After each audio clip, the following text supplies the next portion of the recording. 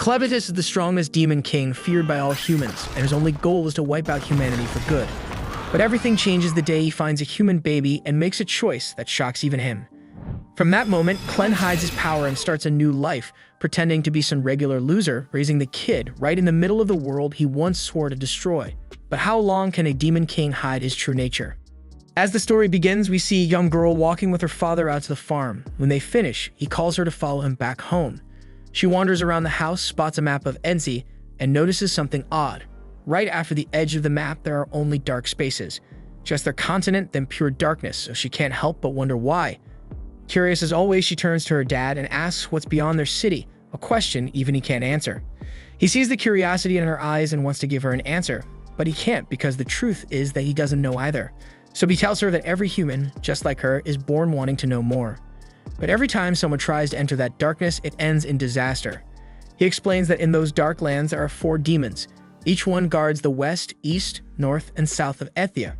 Every team that's gone out to see what lies beyond has been wiped out, completely destroyed. She's shocked to hear this and wonders if it's really that dangerous, but still, it doesn't change how she feels. Her father tells her that until the demons are gone, no one can discover what's out there. Every problem should have a solution, but this one seems impossible. Then he explains that only heroes with special treasures have a chance. Only those with these legendary weapons can face the demons, and until the true hero appears, nobody can win. Instead of scaring her, this just makes her more excited. She dreams of being a hero, of fighting back. If she can get the Sword of Haydn, she'll be able to join the fight. When the heroes win, they'll finally see the world beyond the map and uncover what's hiding in those dark places. Years go by and Alicia grows up. She's no longer a child. She's now one of the chosen heroes. She opens her eyes in the truck that's carrying her to the edge of the city. She grips the chain around her neck and tells her father the time has come and she's ready to fight for her city. And she's not alone. Other heroes are heading out with her. As the journey continues, the group starts to talk and slowly introduce themselves along the way. There are a few notable figures among them, like Minarch, who carries the Golden Utopia treasure and simply says he doesn't know where he's from. They all look over at Alicia and ask her to introduce herself, clearly surprised to see a woman among their ranks, but Alicia doesn't bother to respond or say a word about herself. The carriage keeps rolling until they reach the edge of the territory where Stefan, known for wielding the Pegasus treasure, warns the group that they're getting close. Some of the others quietly whisper among themselves that Stefan is actually the strongest one in the whole group, which is why he acts like he is the leader. Suddenly, the carriage comes to a stop, and the driver tells them it can't go any farther. Everyone prepares to get down, but before they've even set foot on the ground, a sudden attack by demons catches them off guard, and in the chaos, several drivers are killed right away. Stefan yells for everyone to get out and fight back. They all rush out, and Stefan immediately divides the squad into smaller groups. The archers and lancers quickly jump into action, while Stefan tells the rest that he's going to team up with Alicia to take on the remaining enemies. Alicia, carrying the rock swallow treasure, joins Stefan in the battle. She's powerful and charismatic, but what stands out most is how sharp and aware she is of everything happening around her, never missing a detail. Then we see that standing on a mount in front of them is one of the demon lords, who begins speaking about the world being born from chaos. He admits that if the world itself is born of chaos, then he must be as well, and maybe he's right. The fighting gets even more intense as all the heroes leap and push their way through hills and over rocky ground, making their way up to the top of the mountain. Stefan, excited and ready for the challenge, is determined to live up to his reputation as the most intelligent one among them. He tells the group that today is the day they'll be recognized as true heroes, and they have to prove to everyone who chose them that they really are strong enough. Finally, when they reach Luna Mountain, the Demon Lord steps forward and shows himself. He looks both stunning and terrifying at the same time, with white, fluffy skin and a piercing stare that makes everyone uneasy. This is Clevatess of the Moonlight, the ruler of the far southern end of Edsea. Stefan is momentarily thrown off, and even he admits just how frightening this enemy really is. But despite the fear, this is exactly what they came for. They're here on a mission, they're not alone, and together they're determined to make the legend a reality. But just as Stefan braces himself to attack, Clevatess suddenly launches a strike from a distance, hurling Stefan into the side of the mountain and killing him instantly. And unfortunately, that was the end of Stefan. Everyone stands there frozen and shocked as hell because Clevatess didn't even move an inch and Stefan's already dead. One of the other heroes tries to step up and take charge, shouting at everyone to get it together and fight back, but Alicia isn't rushing in like the rest. She's scanning the mountain, looking for anything that might give them an edge. As the heroes get closer to Clevatess, he cuts them down one after another without taking a single step. Alicia quickly figures out what's happening. She shouts to the others, warning them that Clevatess is attacking with the shadows. If they want to survive, they need to stay away from the shadows. The group hesitates, not sure what to do, but Alicia doesn't wait. She starts leaping across the mountainside, running as fast as she can. The shadow follows her, and she's the first one who actually sees the attack coming and manages to fight back. Clevatess's eyes light up in surprise. Maybe this battle won't be as easy as the others he's fought before, but still it catches his attention. This is humanity, and for 1,000 years he hasn't faced humans, but from what he remembers, they should be weak, as fragile as insects. Yet what he sees now is different. They're strong, they're on a mission, and nothing seems to break their determination. He can't quite figure out what's driving them, but he wants to understand where their strength comes from. The heroes fight with everything they have, but Clevatess defeats them all. In the end, Alicia is the last to fall. As she's sent flying into the air, she closes her eyes, accepting her fate. She apologizes to her father for not making her dream come true, but not every dream is meant to happen, and hers is one of those that just wasn't meant to be. Meanwhile, in capital Hitterat, the people of the Hidden Kingdom go about their daily lives, unaware of the danger approaching. That's when Clevatess erupts from the mountain outside the city.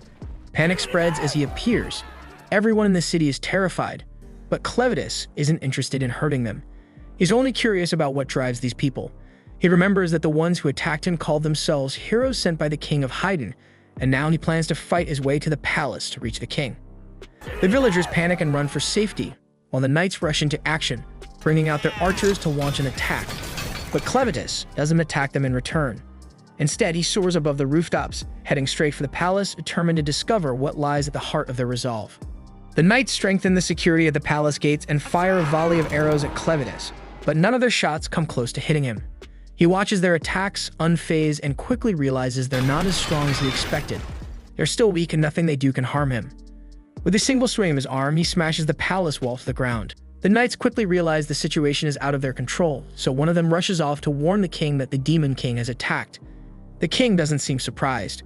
For the Demon King to reach the city, there can only be one reason: the heroes have failed.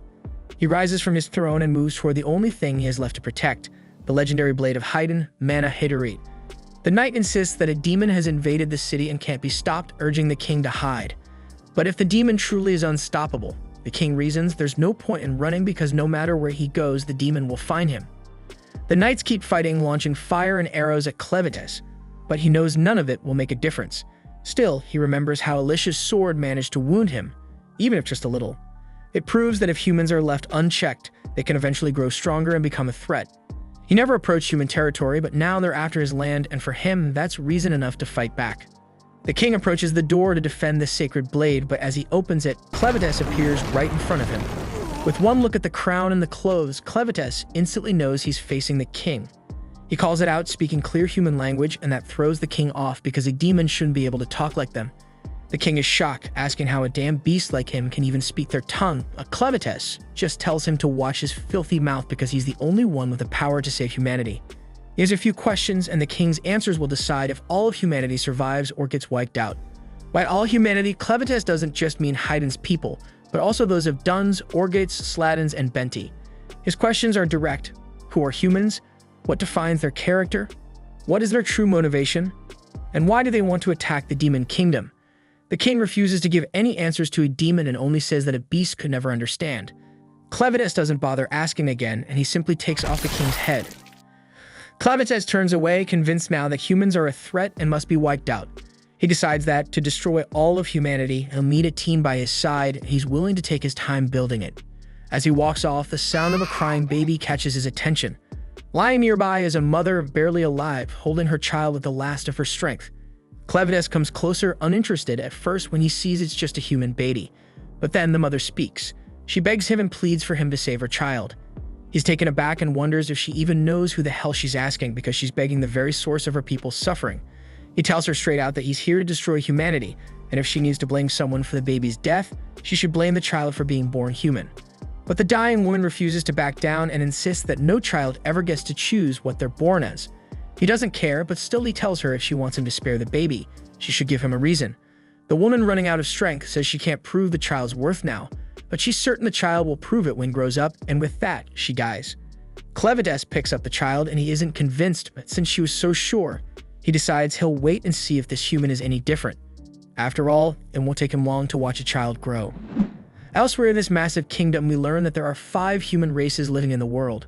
First are the Duns, the most numerous. Next come the Orgites, known for their bravery and the horns on their heads. Then there are the Sladens, who are mostly introverted and don't interact much with others. After that are the Benti, who look a lot like demonic bandits but have incredible strength. Finally, there are the Hydanines, the oldest and the most mysterious and wisest of all. They have a unique ability to craft weapons from arcanicite, but only the royal family knows the secret technique. Because wisdom is what the Hydanines value most, they've spent years selling their weapons to the Duns. These deals have led to all kinds of adventures and partnerships between the two races, resulting in plenty of mixed bloodlines. Still, pure Hydanines are extremely rare. And outside the massive kingdom where all these races live, wild dark beasts roam the land. Then we see back in the Luna Mountains, the massive 9-tailed beast Clevatess fends off a pack of smaller monsters that are about to gobble the baby. Terrified and helpless, the baby bursts into tears, and Clevatess is honestly concerned the child won't last long at this rate. He wraps his tails around the baby, trying to figure out how to get this loudmouth to calm down. For a moment, he places the tip of his claw on the baby's head, and just like that, the baby falls asleep. Watching over the child, Clevatess thinks to himself that it's only a matter of time before the kid drops a poop bomb. Sure enough, not long after, the baby wakes up, starts wailing, and as expected, makes a mess. Annoyed, Clevatess scoots up the child and heads out to solve the problem. And the best he can come up with is tossing the kid in a damn pit. But it's not as bad as it sounds, because it's just a pit full of bugs, harmless ones that actually eat poop. And while the bugs dig into the delicious meal, Clevatess blurts out his ridiculous idea that humans supposedly reach adulthood in just a matter of nights. He thinks back to where he found the baby and realizes he doesn't even know who this kid really is, and he blames his own soft heart for turning back to pick up the child in the first place. But it's too late for regrets. Now he's stuck with a human baby, and his pride as Lord of the Dark Beasts won't let him drop the kid off anywhere, so he decides he'll just have to raise the kid himself, but he has no idea what the hell to do next. He knows he can't raise the child alone because humans need to eat, and he has zero experience with this. Thinking fast, he looks at the bodies left behind from the recent battle and decides to revive Alicia. Then we see that Alicia's father was killed by dark beasts, and that's why she led an army to get revenge on the Lord of Dark Beasts, but that only ended in tragedy for her and her team. Now with Clevatess's dark powers, Alicia is given a second shot at life. The moment she wakes up, she tries to fight back but quickly notices her sword and the bodies of her comrades are gone. Clevatess tells her, almost bragging, that he brought her back to life using his dark power, so she's basically a walking corpse now. After hearing that, she looks down at herself, stunned and horrified. But then she gets more confused about how the hell Clevatess speaks their language so well, but then deep down, she's still a little bit relieved to realize she's the only one left alive. Right then, Clevatess orders Alicia to reveal her fun bags. Shocked, she immediately thinks the Lord of Dark Beasts is making some kind of pervy advances on her, and her mind starts to run wild. But before she can react further, he interrupts her dirty thoughts and explains it's because the baby is hungry. He orders her to ditch the armor and get her melons out now. And because he used dark magic to revive her, she's forced to obey, even though she's frustrated and embarrassed. She slowly lifts her top and does what he asked, only to discover that, unsurprisingly, she doesn't have any milk at all. Clevatess is completely taken aback, but Alicia's still annoyed, explains to him that only women who've given birth can produce milk. Embarrassed by the whole situation, she begs him to just end her life, but he ignores her. While they argue, the baby starts crying again, and instead of solving the problem, the two end up arguing about how Clevatess even found the child in the first place.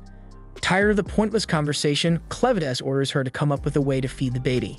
Even though Alicia knows nothing about raising a child, she admits they need a woman who can actually nurse the baby. The next problem is, how do they find one? So she tells him they have to hire someone, but that requires money, and Clevatess, of course, is completely broke. But Alicia points out that with all the arcanicite in the cave, they could easily make some cash. While he's thinking this over, Alicia contemplates attacking him, but with no weapon, she has no choice but to stand by. After a quick pause, Clevatess agrees to find a woman who can feed the baby. He's about to leave the cave when Alicia points out the obvious. He can't just walk into town in his current form because he'd terrify everyone he saw. Alicia then offers to take the baby herself, but Clevatess refuses to let the child out of his sight. So instead, he transforms himself into the form of a human boy. While his disguise is pretty convincing, his 9 tails are still swishing behind him. He quickly pulls the tails into his shadow underneath, but one small horn stays on his head. Not noticing the horn, Clevatess is satisfied with his disguise, and Alicia wisely decides not to say a word about it. Before they head out, Clevatess decides they need names. He he picks Clen for himself and gives the baby the name Luna. Only then does he bother to ask Alicia what her name is, and she finally tells him. After that, they all head down to a small river nearby. Once there, Alicia takes on the job of bathing the child. In the middle of it, Clen interrupts her constantly, but she keeps going until Luna ends up peeing right in her face. Clen doesn't miss a chance to criticize, acting like the world's most annoying mother-in-law. He nitpicks everything she does, from the way she washes the baby to how she wraps him up, even pointing out which spots she should focus on while cleaning.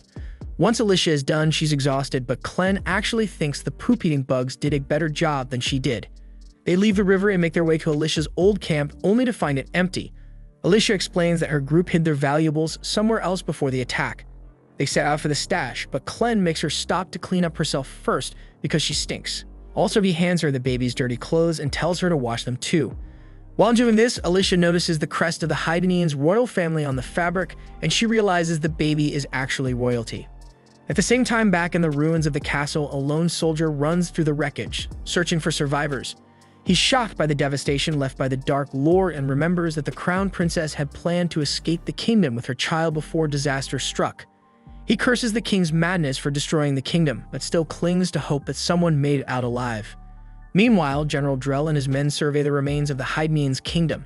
Drell quickly orders one of his soldiers to inform the emperor, warning that if they don't claim the land now, another race will beat them to it. He's mainly interested in the secrets of arcanicite crafting, a technique known only to the Haidanians' royal family. As he heads back to gather his army, he tells his second-in-command Maynard to hunt for any survivors with royal blood and bring them straight to him. Back with our happy family, we see Alicia confront Clen, holding up the crested cloth and accusing him of kidnapping a child with royal blood. Clen is stunned to hear this because he honestly didn't know. He tells Alicia that someone who looked exactly like the human form he's now using was the one who handed him the child. Alicia doesn't buy his story for a second, but Clen cuts her off and admits he killed the king because the king attacked him first. He warns her that now plenty of people will be searching for the child, hoping to get the secret of arcanicite crafting. Now that he knows the child is royal, Clen is determined to raise him as a king, planning to control things from behind the scenes. Alicia feels a chill because she's scared by the idea that Clen thinks of Luna as his servant. She suddenly wonders if, by revealing Luna's true identity, she's only made things worse. Clen then interrupts her thoughts, reminding her that they still need to find a woman with milk to feed the baby. As they head out, Alicia tries to reassure herself that humans would never accept Clen, especially the horns sticking out of his head. But then she remembers that the Orgites have similar horns, which could make it easy for Clen to blend in. Still, Alicia is convinced the humans will eventually figure him out and stop whatever he's planning. At the same time, she realizes just how obsessed Clen is with Luna, and the thought of Luna being harmed or lost terrifies her. So from that moment, Alicia decides she must do everything she can to protect Luna no matter what, or humanity will vanish. On the road, the group is suddenly attacked by bandits. The first blow lands square on Clen's head. Alicia assumes that ordinary bandits should be no problem for the Lord of Dark Beasts, but to her shock, Clen collapses to the ground, bleeding heavily. Panicked, Alicia screams like an annoying girl, only to be struck from behind herself, knocking her out cold. She's stunned by how weak she is, even with Clevatess's dark magic inside her. Sometime later, Alicia wakes up, momentarily disoriented, as if she's surrounded by her own soldiers on a mission to attack Clevatess. But before she can get comfortable in her daydream, Clen snaps at her to wake up. Reality sets in. They've both been captured by the bandits, and Clen is grinning about it. They notice that they are all stuffed into the bandits' shitty carriage, packed tighter than a can of sardines with a bunch of other poor bastards who've also been captured. And somehow, Clen is just chilling with little Luna sleeping peacefully in his arms, a stupid-ass grin plastered on his face that makes Alicia's anxiety skyrocket. She glances at Luna sleeping quietly and asks Clen how in the hell he managed to calm the kid down. Clen replies that Luna was indeed crying earlier, but thanks to the gentle rocking of the carriage, she's quiet now. Alicia pushes her way past the other miserable captives until she's close enough to whisper sharply at Clen, demanding to know why he, the badass legendary Demon King, let himself get caught so easily. She figures his sudden makeover must have weakened him so much that some random asshole knocked him out with a single hit. Clen chuckles, admitting that she's almost right. Apparently, when he transformed into this scrawny-ass human disguised, it accidentally made his body as fragile as a damn toothpick. He didn't see that coming, so when someone cheap shot at him from behind, he went lights out immediately. Basically, his natural defense system is now about as effective as a wet napkin, but luckily, he can still power up his defenses if he really needs to. So Alicia wonders why Clen hasn't busted their asses out yet. Clan calmly explains that since he's now undercover as a human, he intends to keep his true badass Demon King powers under wraps until Luna is old enough to inherit the throne. Besides, he actually wants to let things play out so he can learn more about humans, especially why these innocent schmucks got kidnapped in the first place. Alicia stares at him like he's an idiot before bluntly explaining to his clueless brain that they've obviously been captured by bandits, who probably plan to sell their unlucky asses off to slave traders. Anyway, she quickly begs Clen not to judge all humans based on these thieving scumbags, because bandits are literally the bottom of humanity's barrel. Not long after, the carriage pulls up at the bandits' rundown base, and they're immediately split into two groups, men on one side, women and kids on the other. One of the captives suddenly makes a run for it, clearly sick of this bullshit. So Dagvarn, one of the bandit leaders, watches the idiot sprint away, smirking smugly, knowing the guy just signed his own death warrant. Sure enough, another bandit casually hurls a dagger at the fleeing guy, impaling him straight through the back and dropping him faster than a sack of potatoes. With that moron permanently out of commission, Dagvarn calmly warns the remaining fresh meat not to try anything similarly stupid, unless they want a blade decorating their spine too. Then his attention shifts straight to Alicia. He orders her to follow him, and before she can even protest, he roughly drags her off toward his room, intent on getting to the bottom of her melon. Clen then stands uncertainly until a woman named Karma, who appears to be in charge of handling the women and children section of this lovely human trafficking operation, notices him spacing out. Spotting Luna in his arms, Karma calls over her servant Neru, whose messed up job is basically daycare for kidnapped infants. Then we learn that the bandits' hideout is located in an abandoned quarry, and deep at the bottom of this sketchy-ass pit lies a mysterious pool of water, and at the very bottom of that pool sits a legendary red blade. Of course, it's guarded by something nasty as hell, probably a monster strong enough to rip anyone's face off. Anyway, turns out Dagvarn isn't exactly the creep I thought he was, because he just drags Alicia straight to Vroko, the asshole currently playing leader of the Crows in place of their real boss, Zozak. Apparently, Vroko staged a little coup, stealing the top dog position, and nobody's dumb enough to complain since his pet beast Betty is a literal murder machine capable of turning anyone into ground beef.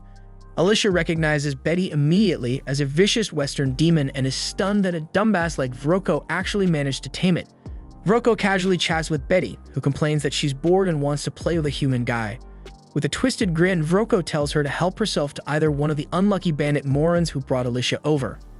But before Betty picks her unlucky chew toy, Vroko finally reveals why he summoned Alicia. Obviously, his goons snatched the magic crystals Alicia grabbed from Clen's crib, and Vroko knows exactly that they're from Mount Moon, the lair of Big Bad Clevatess. Considering this, plus the fact Alicia didn't immediately shit herself at Betty's presence, Vroko deduces she's one of the 13 heroes from Haydn sent on a suicide mission to take out Clevatess. Assuming Alicia was headed back to Haydn loaded with these crystals, Vroko decides to drop a bombshell. The royal capital of Haydn has already been annihilated by Clevatess. But this little apocalypse isn't exactly bad news for Vroko's crooked business. He proudly flashes a reddish sword, claiming it's a mana-hiterite blade, which only Haydn royalty know how to craft. Of course, Vroko's sword is faker than a $3 bill, and the Crows have been scamming people left and right with these knockoffs. Now that the entire royal family has officially logged off permanently, the price of these phony mana-hiterite swords has become extremely valuable. It's one hell of a money-making scheme if Vroko's greedy ass isn't satisfied because he's after something even bigger. The purest, most legit hiterite swords crafted personally by Haydn's kings and handed exclusively to their heroes. Vroko confidently assumes all the other heroes have already gotten their asses handed to them by Clevatess, accusing Alicia of abandoning her crew to save her own skin. He demands Alicia spill where the hell her own weapon is, plus the weapons from her 12 despawned teammates. Alicia stays stubbornly silent, pissing Vroko off even more, so he orders Dagvarn and Satch to drag her ass back to Clevatess's lair to find those valuable treasures. Dagvarn, showing a rare spark of brains, suggests maybe it'd be smarter to have Alicia chase after another treasure they've been eyeing. But Vroko sticks to his guns, insisting on the original plan. Before sending them off, Vroko tells Dagvarn and Satch they're free to warm up with Alicia however they like, making sure she won't cause trouble during the journey. At the same time, Clen's found himself working as a waiter at the shitty little inn run by Karma. Watching the bandits trying to flirt with Karma makes Clen silently gag, genuinely wondering how these sleazy bastards manage to exist without spontaneously combusting from their own shittiness. On the other hand, Neru is busy feeding Luna her legendary milk while also doubling as a waitress, and sadly the customers constantly abuse the hell out of her. Clen patiently serves meat to these low-life thugs, impressing the idiots with his strangely obedient demeanor. Karma, however, feels uneasy around Clen.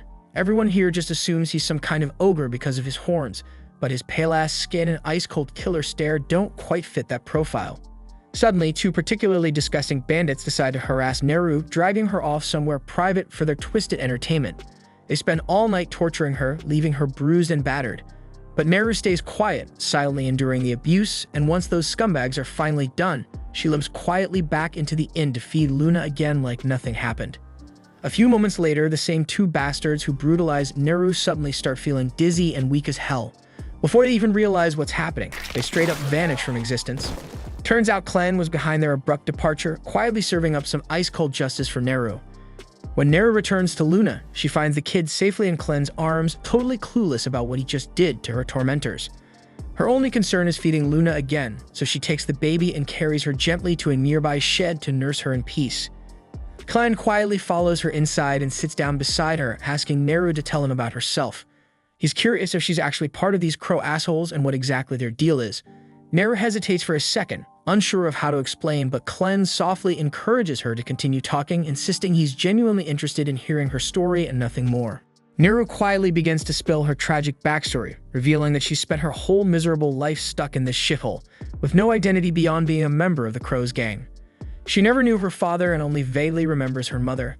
As a kid, all she ever saw was her mom's back, and she learned early that her mother was basically just a serf, having caught glimpses of cruel people treating her badly. When she was 12, her mom suddenly disappeared without a trace. Neru never found out whether her mom died or just bolted to escape this hell, but she quickly learned what her mother had shielded her from. The same night her mother vanished, some of the crows stormed into her room while she ate and harmed her severely. From then on, life turned into a relentless nightmare. The vicious men slapped her daily, treating her worse than livestock until Karma eventually stepped in. Karma took pity on Neru, bluntly explaining that if she learned to make them happy, they might actually leave her alone for a bit. That night, Neru decided to follow Karma's terrible advice and started learning how to do what she had to survive. Although she knew she could never match Karma's level, her life marginally improved. At least now she had work and could feed infants like Luna thanks to her unusually abundant milk supply. So in some twisted way, she felt satisfied. Clen suddenly interrupts, confused as hell, asking bluntly how the hell she has milk without any children. Neru quietly admits that she had once been pregnant, but it ended in a tragic stillbirth. The baby moving inside her was the only thing keeping her sane. But when the midwives told her the child was dead, she sank into a frozen despair. Honestly, she was completely fine with passing away, figuring she might at least reunite with her lost child on the other side. But just as she was ready to let go, she suddenly felt warmth again. Her eyes snapped open to see a random 6-month-old baby desperately sucking at her melon, trying to survive. Seeing that little stranger fight so damn hard to live gave her a fresh purpose. She picked up the baby, fed him, and found new meaning in her miserable existence. Since then, she's fed countless other children who ended up at the crow's base, each one reminding her that her life had value. She confesses she even tried twice more to have kids of her own, but both times ended in heartbreak. By now, Clen's had enough of this sob story, bluntly telling her to shut up already, and out of nowhere, he asks Neru if she wants to follow him as Luna's personal wet nurse. He insists he's not trying to take her or anything weird, but he also can't think of a damn reason not to bring her along. Plus, Luna clearly likes her, so it'd definitely save him from dealing with Luna's crying tantrums all day, making it a total win for him. Luna gently taps Neru as if urging her to come with them, and Clen bluntly repeats his offer. He asks if she'd prefer becoming Luna's personal wet nurse, or if she'd rather stay here getting used and harmed by these filthy bandits. Neru hesitates. She knows damn well it's a once-in-a-lifetime opportunity, but as far as she knows, Clen is just another slave, and hitching her hopes to him feels short-sighted as hell.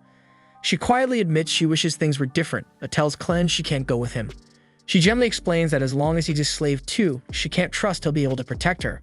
Plus, there are plenty of other helpless kids here who depend on her for survival. Reluctantly, she hands Luna back to Clen, gives them one last sad look, and quietly walks away. Meanwhile, the bandit assholes drag Alicia over to a sketchy-ass bridge and force her to walk out onto it. Halfway across, she pauses and stares down, making the bandits laugh their asses off. They mockingly warn her that jumping from this height would be a quick ticket straight to hell. But Alicia's actually staring at something else entirely, gleaming gems resting at the bottom of the river below. She instantly recognizes the place and mutters in disbelief before the bandits gleefully confirm this is the exact spot where the legendary hero Cordwar bit the dust. Right then, one brave, desperate captive steps forward, claiming he'll dive down and retrieve whatever the bandits want if they'll just let him and his wife go. His wife frantically urges him on, reminding these scumbags they promised to release them. But as soon as the poor guy plunges into the water, monstrous creatures emerge and immediately tear him to shreds, leaving the wife screaming like hell. Alicia grits her teeth, knowing full well these lying bastards never planned on releasing the guy. She realizes with dread that this place is basically hell on earth, infested with Arvensis, horrific monsters that flooded into their world 300 years ago. Back then, people at least had solid ground to fight on, but even Cordwar, the strongest hero of his time, couldn't handle these nightmare creatures. His legendary sword, the Stream Splitter, remains down in that cursed river to this day. And now these greedy bastards want someone stupid enough to retrieve the sword, even though it's clearly impossible. Furious, Alicia calls out the bandits for being complete scumbags, knowing full well they deliberately sent the poor guy to his death without even bothering to tie his rope properly. They snap back at her, reminding her she's not here to lecture them, and the bastard who's going to discipline her is already waiting. Alicia turns to see the disgusting thug Feeder jump onto her bridge, openly leering at her and loudly fantasizing about stripping her. But before Fido can even lay a finger on her, Alicia suddenly breaks one of her own hands to slip free, snatches the sword from him like a damn boss, slices through the bridge ropes, and leaps off into the air. As she plummets toward the ground below, she mutters under her breath, desperately hoping Clen wasn't bullshitting when he assured her she wouldn't die. The gang then peers down, panic setting when they spot Alicia's lifeless body, and they urgently realize she was their only lead to locating the lost 13 regalia weapons. At the same moment on the ground below, Alicia wakes up, her immortality curse placed by Clevatess, bringing her back to consciousness. While she can't die due to the curse, it doesn't grant any regenerative powers, leaving her completely immobilized from the neck down, with absolutely no damn idea how to proceed. Every bone in her body feels shattered, and substantial blood loss makes it impossible for her to move on her own. She knows that remaining undiscovered by the bandits is crucial, so she desperately struggles until her spilled blood begins floating upward, summoning Clen to appear before her. Surprised by Clen's unusually small form, Alicia learns that his current size is due to his manifestation from the blood magic sustaining her immortality. Clen explains that this magical blood is essential to her survival. If she completely bleeds out, she'll truly die. But if Alicia continues proving useful, Clen promises to replenish all of her blood, enabling her body to heal fully from the injuries. Relieved by this assurance, but noticing Clen hasn't begun the healing yet, Alicia asks why he's hesitating. Clen assures her he will heal her, but first needs her insight on something. He recently identified Neru as the ideal candidate to serve as Luna's wet nurse. Despite Clen, even with his demonic senses, recognizing the severe mistreatment Neru suffers here, when he offered her a chance and escape to a far better life as Luna's caretaker, she shockingly refused him outright. Clen seeks Alicia's understanding of why Neru rejected such a beneficial proposal. Alicia surmises Neru likely views Clen as powerless, a slave incapable of fulfilling his promises. Bandit groups like theirs never willingly let anyone leave, relentlessly hunting down any escapees. Having grown up in such a harsh environment, Neru probably believes freedom is an impossible dream. Clen asks Alicia if there's any solution to this problem, and Alicia suggests that the simplest option would be eliminating all the bandits in the base. Without anyone left to chase after Neru, she'd be much more inclined to accept Clen's proposal. Alicia points out that with Clen's immense power, wiping out the entire bandit group should be easy, but Clen refuses, concerned about drawing unwanted attention. He can't afford to reveal his absence from the mountain, fearing others might seize the opportunity to attack Clevatess's territory. Instead, Clen insists Alicia should handle it, reasoning it wouldn't be unusual for a hero like her to eliminate a group of bandits during her journey. Alicia attempts to argue back, but Clen interrupts and insists she carry out the task, immediately flooding her body with magic-infused blood to restore her strength. Soon afterward, the bandits arrive at the bottom of the cave to locate Alicia's body. They're horrified to witness her body contorting unnaturally, bones snapping back into position and tissues rapidly mending, subjecting Alicia to unimaginable pain. Eventually, her body fully heals, leaving her completely restored. The bandits are astonished by her survival, but quickly shift their focus, believing they can still force Alicia to guide them to the 13 regalia. Aware of her hero status, they proceed cautiously, but feel confident in their numbers. One eater bandit foolishly charges ahead alone, striking Alicia's shoulder. However, compared to her recent agony, this blow feels insignificant. So Alicia swiftly seizes his arm, delivers a powerful punch to his face, and claims his sword and eye patch. Despite her reluctance to fight, she recognizes the bandits as irredeemable threats who must be eliminated. With Alicia handling the bandits, Clen now focuses on locating Meru and convincing her that escape is genuinely possible. In the meantime, Meru goes back to the tavern, greeted by a worried Karma. Karma expresses concern over the constant abuse Naru endures, frustrated by her own inability to stop the bandits. Naru deeply appreciates Karma's kindness but acknowledges the workload awaiting them, prompting Karma to gently ask Naru to start washing the dishes. Karma sees Naru seems unusually cheerful for someone who just got roughed up and quietly asks if something good happened to her. Naru hesitates, not exactly calling it good, but admits it made her feel happy. She curiously asks Karma if she knows anything about the outside world, catching Karma completely off guard, because Naru has never shown interest in that topic before. Karma cautiously questions why Naru would want to know, so Naru shyly explains she was born in this camp and has no idea what it's like out there. But Karma was brought here from outside, meaning she must have some stories to share. Karma quietly acknowledges she does know about the outside world, but admits they aren't pleasant memories. Like most women who ended up here, their homes were either destroyed or they simply never had homes in the first place, making their past lives something they rarely discuss. Curious and a bit concerned, Karma asks why Naru suddenly cares about the outside, so Naru innocently replies that someone asked if she wanted to leave. Instantly furious, Karma slaps the shit out of her and scolds her harshly for saying something so dangerous out loud, especially with bandits still hanging around the tavern. To these bandits, they're disposable slaves who can be tossed aside whenever they're no longer usable. This is why all the girls had always stuck together and looked out for one another, and if Naru wants to survive here, she can't afford to say such careless things like that. Right at that tense moment, Vroko walks into the tavern, clearly having overheard their conversation, instantly making Karma anxious about what might happen next. Nervously, she tries to act casual, asking Vroko what brings him down here since he rarely visits the tavern. Vroko calmly replies he's heard there's a baby around and came to check on it. Karma quickly nudges Naru, asking her to tell Vroko where Luna is. Naru casually says the baby was in the stables last time she checked, and Vroko announces he'll go take a look himself. However, just as he's about to leave, Vroko suddenly orders Naru to come with him, and Karma's blood immediately runs cold. She can tell by his tone exactly what that means, and it can't possibly be good. Karma desperately tries to speak up for Naru, but since she holds no power here, there's nothing she can actually do. Naru, clueless about what's awaiting her, obediently follows Vroko. Once they're gone, Karma angrily slams her hands on the table, overcome with guilt and frustration. Naru was the only one around who could feed the babies, but Vroko clearly didn't care less. Karma tries convincing herself there's nothing she could have done and bitterly tells herself that Naru brought this fate upon herself by openly talking about escape in front of Vroko. But no matter how much she rationalizes it, she can't shake off the heavy guilt weighing down her heart. Right then, Klen walks in carrying Luna, startling Karma since she hadn't heard him approach. She quickly calms down, figuring he must have come by to let Luna nurse. Regretfully, Karma tells him that Naru was taken away and likely won't be returning. She hates it, but that's just how things are around here. Klen doesn't understand what Karma means and demands she clarify immediately. Seeing the intensity in Klen's eyes, Karma quickly realizes he's dead serious about ensuring Naru's safety. At the same time, Vroko guides Naru down a hidden stairwell into an area she never knew existed, despite spending her whole life in this camp. Naru is fascinated as Vroko explains that these tunnels were once part of a massive magic ore mine. Magic ores have tons of applications. Even a lamp Vroko carries is powered by magic ores blended with insect oil to create its flame. Before turning into a bandit, Vroko spent a lot of time researching magic ores and how to mix them with different liquids to produce unique effects.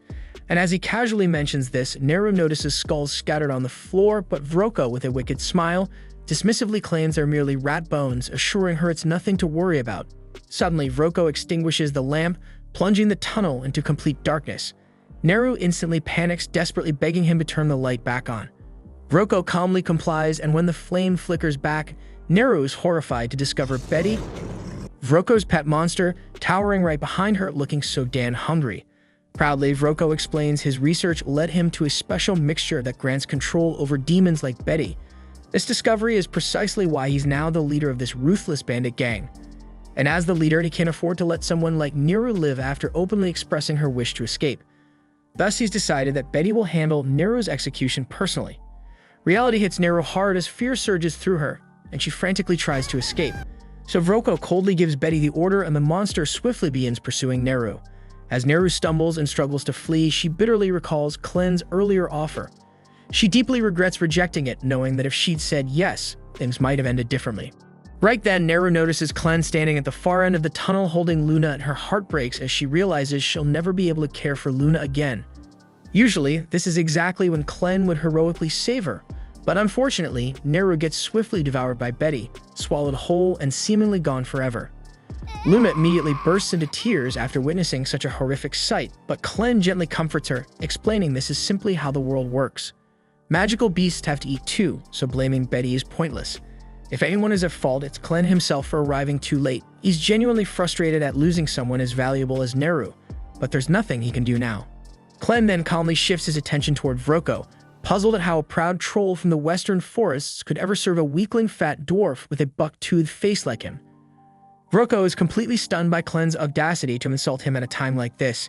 He's also baffled about how Clen even reached this place, but ultimately, it doesn't matter. Angry, he commands Betty to consume Clen as well, but shockingly, Betty refuses to move. Vroko looks up at his usually obedient monster, only to be met with a sight he's never seen before. Betty trembling in pure terror. In fact, she's so frightened that she involuntarily vomits up Neru, who emerges badly burned by stomach acid and missing both an arm and a leg. Despite the horrific injuries and disfigurement, Neru somehow clings to life. Without hesitation, Clen swiftly neutralizes the acid covering Neru's body and gently places Luna beside her, letting him offer comfort during her final moments. He then discreetly sends one of his shadows to quietly carry both Luna and the severely injured Neru away, while Vroko is distracted. When Vroko turns back to confront Clen again, he's utterly shocked to discover that Luna and Neru have disappeared. Confused and enraged, Vroko assumes Clen must have used some form of magic, but amusingly enough, Clen himself has absolutely no idea what magic even means. Vroko assumes Clen is pretending not to know what magic is because magic is the only possible explanation for all the weird stuff he's been doing. Basically, magic involves mixing magic stones with other strange ingredients to create special effects. For example, this weird drug hidden in Vroko's coat is made from magic stones, a few rare herbs, and the larvae of a nasty parasitic fly. When someone inhales it, they become dumb as hell, except for Vroko himself, obviously. That's exactly how he made Betty so obedient in the first place. Without hesitation, Vroko tosses the drug into the fire, causing a vapor to spread quickly through the air. The moment Betty inhales it, her mind goes blank and she charges straight at Clen in a rage-fueled frenzy. Clen's fragile human body gets smacked around like a ragdoll since he can't fully access his true power in this form. While he flies through the air, bouncing painfully off the cave walls, the only thing running through his head is how furious he is at Alicia for not warning him about this whole magic thing. Speaking of Alicia, she's currently busy slicing through bandits like they're discount meat, already having dropped 8 of them. Unfortunately, there's still a whole mob left to deal with, and the cheap sword she swiped off the first bandit has already snapped in half. She realizes she'll need a way better weapon if she's going to finish off this entire gang, so she makes a break for the flooded part of the cave. Around 50 angry bandits are still chasing her, and even though she's immortal, exhaustion is a very real problem. If her energy runs out before the bandits do, she's seriously screwed. Alicia finally reaches the flooded area, but there's already a pack of hungry monsters swimming at the surface, ready to snack on her. Jumping straight in would be suicide, so instead, she rushes up the wooden scaffolding, luring as many bandits after her as possible. Once a big group has followed her up, Alicia swiftly slices the ropes holding the scaffolding together, sending the screaming bandits crashing into the water below. With so many bandits suddenly flailing in the water, the monsters lose their minds and start tearing into them, enjoying a full-on buffet. While everyone is busy getting eaten, Alicia hides herself inside a nearby barrel. Since suffocating to death isn't a problem for her, she patiently waits as the barrel sinks into the depths, bringing her safely down to the bottom of the lake, exactly where the legendary sword awaits. But actually managing to hold her breath all the way down proves way harder than Alicia had anticipated, and pretty soon the crushing pressure and agonizing lack of oxygen start kicking her ass exactly like she feared. Her body goes numb under the relentless squeeze of water, even though she knows she's immortal and won't actually drown here. Forcing herself to ignore that overwhelming instinct to bolt back to the surface is pure torture. After what feels like an eternity, she finally smashes against the ground, stumbling out of the barrel in a disoriented daze. Instantly, the crimson glow of the legendary sword catches her eye, shining faintly in the darkness, and she immediately drags herself toward it, despite her muscles screaming from exhaustion. Alicia knows damn well that once she grabs that sword, she'll gain a massive power-up, and hauling herself out of this hellhole will become a piece of cake. But just as she's about to catch it, an enormous blood-red eye opens directly in front of her face, and only then does it dawn on Alicia that she's not actually standing on the lake bed, but right on the goddamn back of a colossal monster, which has just woken up thanks to her clumsy landing. The huge beast starts rising from its sleep, throwing Alicia around like a ragdoll in the violent currents. It hits her that this abomination is exactly why the legendary hero bit the dust down here. But she's not about to lose her focus now. Frantically, she lunges once more toward the sword, desperate to grasp its hilt, but right then the enormous creature opens its cavernous mouth, creating a powerful suction that threatens to swallow her whole. Alicia can't fight the insane pull, but at the last possible second, she manages to snatch the sword, just as the monster clamps its jaws shut on her arm. Pinned painfully between its jagged teeth, Alicia summons a surge of raw strength from the trusty power of flashback-fueled rage, and with a savage scream, she shatters the monster's jaw. Finally free, she glares furiously into the beast's glowing eye as the legendary sword starts surging with power in her hands. Without missing a second, she swings it viciously, activating its water manipulation ability to launch herself forward at blistering speed. The gigantic monster immediately gives chase, and Alicia still can't quite wrap her head around the fact that something that freaking massive actually exists down here. She figures this nightmare must be one of the Ancient Ones, terrifying beasts from the Dark Ages who slumbered undisturbed for thousands of years. Typically, these legendary monsters stay hidden away in the most unreachable corners of the continent, but this particular asshole apparently woke up thanks to the humans mining arcanocite here and ruining its beauty sleep. While processing all that insanity, Alicia finally sees the surface approaching, but the smaller monsters lurking there notice her as well. She's painfully aware that she'll need oxygen immediately if she's gonna have any chance of winning this messed up fight, but those hungry little bastards are already blocking her path. With a swift swing of her sword, Alicia propels herself upward, brutally slicing one of the beasts in half and finally breaches the water surface. The bandits stare in absolute disbelief, completely losing their shit at seeing Alicia alive again. But before she can even fully catch her breath, the enormous monster erupts out of the lake behind her.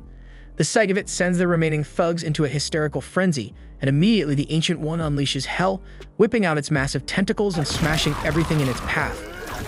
Alicia has no choice but to dodge frantically and pull back, since even her best hits barely scratch the surface of this behemoth. It hits her quickly that even a legendary hero like her has no real chance going solo against a monster of this insane scale. Fortunately, the Ancient One decides to take out its rage on the panicked bandits instead, devouring most of them instantly. And the handful unlucky enough to escape its jaws end up shredded by the monster fish, leaving nothing but chum in the water, so Alicia figures her job here is officially done. Just then, she hears Clen's voice echoing in her head and glances around, searching for the bastard. He quickly tells her he's talking to her through telepathy, adding that while he can't clearly see what happened, the bloodbath he's sensing all around means she's obviously completed her mission. Alicia explodes at him through their mental link, cursing him out for not helping her when she was fighting for her damn life, but Clen shuts her off, calmly saying he's dealing with his own shitshow at the moment. Alicia struggles to imagine anything that could trouble someone like a demon lord, but Clen explains he's facing some weird technique he's never encountered before, and this human form he's wearing sucks way more than he expected. He complains that Alicia conveniently forgot to mention magic's existence to him, promising her that once she returns, he'll punish her accordingly. Still, he's already dealt with the brainwashed troll, and he is now chilling on top of the troll's body. Elsewhere, Vroko is desperately sprinting for his life, internally screaming about how Clem turned out to be some ridiculously powerful mage who one-shotted his troll like it was nothing. In his blind panic, he trips over Miru's lifeless body with baby Luna bawling beside it, and as soon as he sees the kid, a sinister idea pops into his twisted mind, giving him one last shot at salvaging his hopeless situation. Meanwhile, Alicia rushes to regroup with Clen after getting his instructions, immediately noticing the bizarre crimson smoke drifting through the air. Clen, on the other hand, quickly notices the sword Alicia is now awkwardly hiding beneath some cloth. She bluntly informs him she's sure as hell not discarding the blade after nearly getting herself killed trying to get her hands on it. Clen could honestly care less about the sword right now though, because that strange red smoke is seriously messing with his senses. He irritably informs Alicia that although normal humans and animals seem unaffected, it's completely throwing him off balance as a demon lord. He can't smell a damn thing, his ears won't stop ringing, and frankly, he's pissed off. Clen growls in frustration, saying that if he reverted to his true form, he could obliterate the entire area and clear this irritating smoke instantly, but there's no way in hell he's going nuclear until he knows exactly where Luna is. Alicia immediately freaks out upon discovering that Luna isn't with Clen, but he quickly reassures her, saying the kid shouldn't have gotten far. He then demands Alicia spill whatever she knows about magic. She explains that only a handful of people can pull it off by channeling the hidden energy inside arcanocite. Alicia admits with frustration that she personally sucks at magic despite knowing some theory, and Clen bluntly calls her utterly useless. Alicia explodes, unleashing a torrent of curses at Clen, but he completely ignores her ranting and decides they need to move fast and locate Luna and Neru, acknowledging that there's a chance both of them could already be dead. Alicia's blood runs cold at hearing those chilling words, and she nervously asks Clen what he'd do if Luna really is dead. Without a hint of emotion, he responds that he'd immediately lose all interest in humanity, causing Alicia to realize in horror that this scenario would be humanity's absolute worst nightmare. Determined to save mankind from Clen's wrath, Alicia urgently starts searching for Luna, quickly stumbling upon a trail of fresh blood. She asks Clen if Neru had been bleeding, and he confirms it. Alicia guesses that either Neru's dragging herself along or somebody's pulling her. Either way, they wouldn't have gotten far, meaning they need to move their asses right now. Meanwhile, Neru is barely alive, desperately holding onto Vroko's leg with every shred of strength she has left, determined to protect Luna even if it's her last damn breath. Vroko, completely pissed off, keeps cursing and brutally kicking Neru, ordering her to let go. But she stubbornly refuses. Vroko is desperate to shake Neru off so he can flee with Luna, since earlier when tried to grab the kid, Luna's cry made his magic lantern explode spectacularly. This made him realize that Luna clearly possesses insane magical talent, and being a pure-blooded Haiden, he might even belong to the royal family. Frustrated, Vroko raises his blade to cut off Neru's wrist and finally free himself. But just then Alicia bursts onto the scene, furiously ordering him to stop. Vroko merely pisses himself, demanding to know what happened to his men who went after her. Clen coldly answers him, casually mentioning that his men ended up as dark beast snacks. Vroko totally panics now, desperately threatening Alicia and Clen not to get closer or he'll chop off Luna's tiny fingers. Clen, completely unfazed, dares the bastard to go ahead, mocking him that he can just heal any injuries anyway. Alicia quickly interrupts Clen, scolding him that even if he fixes Luna's wounds, he can't heal the mental scars he'll leave behind. She insists Clen shut up and let her handle this negotiation herself, then dramatically reveals she has the legendary hero's magical weapon. Vroko practically loses his mind when he spots the legendary sword, but Alicia suddenly hurls it into the wall behind him, shouting at him to take it. She instructs him that he'll need both hands to pry the sword out and promises that if he leaves Luna unharmed, she'll let him keep the sword and walk away.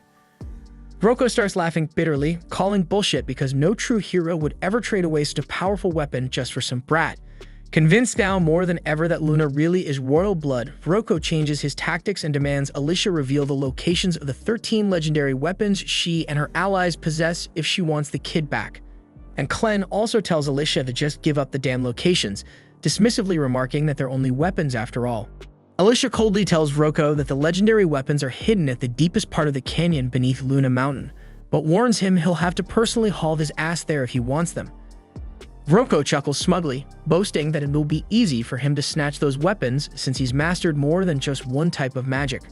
Without warning, he throws a mysterious black powder into the air, gently taps Luna to startle the kid into crying, and triggers Luna's powerful magic instinctively. Luna's energy activates Vroko's hidden spell, cloaking him in invisibility. Smirking with confidence, he starts strolling away, fully convinced Alicia and Clen can't possibly track him now. But just as he thinks he's gotten away clean, Alicia suddenly materializes directly in his path and effortlessly slices him straight in half. Vroko, completely baffled, gasps in disbelief, asking how in the hell she found him. Alicia coldly explains that even if he turned invisible and muffled all the noise he made, she could still clearly hear Luna's crying. Meanwhile, Clen retrieves Luna and brushes the invisibility dust off the kid. Alicia bitterly decides to let Vroko's corpse remain invisible, quickly turning her attention to Neru, realizing with gratitude that Luna only survived because Neru protected him with every last ounce of strength she had. Alicia desperately asks Clen if he can't save her, but he coldly replies that he can control only one zombie puppet at a time, and Neru's body is way too damaged for his regeneration ability alone. He casually says they could potentially get replacement parts elsewhere, but it'd be a hell of a lot easier just to let her die. Alicia immediately snaps at him, furiously shouting how the hell he could abandon a woman who sacrificed everything to protect his child. Passionately, she declares that if she were a mother, she'd absolutely trust someone like Neru to watch her child, and hearing Alicia's heartfelt speech, Clen finally caves and decides to save Neru. But he warns Alicia that she'll have to die temporarily because he'll need every bit of mana he invested in her. Without hesitation, Alicia boldly says she doesn't give a damn if she has to die again for someone else. After all, she's the freaking hero. So Clem takes her words at face value, instantly kills her. Moments later, Neru awakens, utterly confused as she realizes she's somehow still alive. Even more shocking, she discovers her body's been completely reconstructed by Clen during the healing process. Neru hesitantly asks if he's the one who saved her life, and Clen casually confirms it, adding that she should really be thanking the hero. He explains that healing Neru took longer than expected, causing Alicia's body to start decomposing. But now that he's restored Alicia's mana, she should wake up again shortly. Seconds later, Alicia woke up dramatically, sprinting up like she's breakdancing, immediately panicking about her missing sword. Clan ignores her antics, calmly informing Meru that she's been reborn and from now on she'll go by the name Neliru. He hands Luna back into her arms, firmly telling her that from this moment onward, she'll be traveling with them, and this time without hesitation, Neliru gratefully accepts his offer with a genuine smile. The following day, Clan snatches Alicia's sword away, devastating her completely, but he bluntly explains that waving it around would attract way too much damn attention, so he'll stash it safely in his shadow until it's actually required. Meanwhile, Neliru finishes packing tons of loot from the bandits for their trip, even finding some decent-looking clothes for Lumen. Alicia asks if Neliru is seriously planning on carrying all that stuff alone, since it looks ridiculously heavy. But Neliru brushes it off, saying it actually feels pretty light. Alicia suddenly remembers Neliru lost a huge chunk of her body yesterday when she nearly died, so Clan must have swapped those parts out for something powerful enough to make her this strong. But Alicia still has no clue what the hell he actually did. Neliru then eagerly approaches Alicia, offering to help by carrying her sword, but Alicia sadly admits she doesn't even have her sword anymore. Neliru instantly perks up, remembering Vroko mentioning he stashed a bunch of badass swords inside his desk. Hearing this, Alicia immediately lights up and begs Clan to at least let her have a normal sword. Clan is fully aware Alicia is practically useless in combat without a weapon, sighs, and tells her fine, she can go grab one. So Alicia excitedly rushes off to raid Vroko's desk. With Vroko and his entire bandit crew dead and the slaves already gone, the hideout is eerily deserted now. Clan casually asks Neliru if she'll miss the place, but she quickly responds she's had nothing but nightmares here, so she's more than thrilled to leave it behind. Her only regret is not getting the chance to say goodbye to Karma. Hearing her mention Karma with such sadness, Clan suddenly realizes he might have screwed up earlier, but right before he can say anything, he's viciously ambushed from above. Meanwhile, Alicia kicks Vroko's office door wide open, eagerly searching his desk. She happily discovers some money, a set of leather armor, and a pretty solid sword. More than satisfied, she's about to return triumphantly to Clan, but suddenly, Clan violently crashes through the wall, slamming into the desk, completely wrecking it. Groaning in pain, Clan bitterly remarks he's still not used to how pathetically fragile his stupid human body is, constantly getting ragdolled around like some kind of stuffed animal.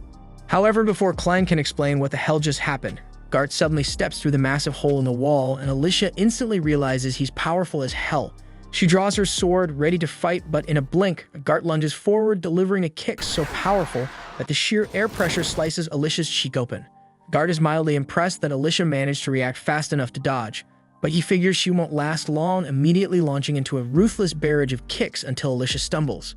He then jumps back, unleashing a violent gust of wind that blasts Alicia straight through the roof and out of the building. Alicia crash lands outside, and Gart is again genuinely surprised she can still stand after that hit, so he calmly offers her a deal. He says he's only after Clan. If Alicia drops her sword and leaves right now, he promises he'll stop fighting her. But Alicia doesn't trust a word Gart says, convinced he's just another surviving bandit. She bitterly wishes she had her stream splitter sword right now, but since that's not happening, she'll have to rely on one of Hayden's techniques instead. Clearing every useless thought from her mind, Alicia narrows her focus until the only thing she's thinking about is slicing Gart to pieces. With her mind crystal clear, her movements become much more precise, and she suddenly darts forward with a shocking burst of speed.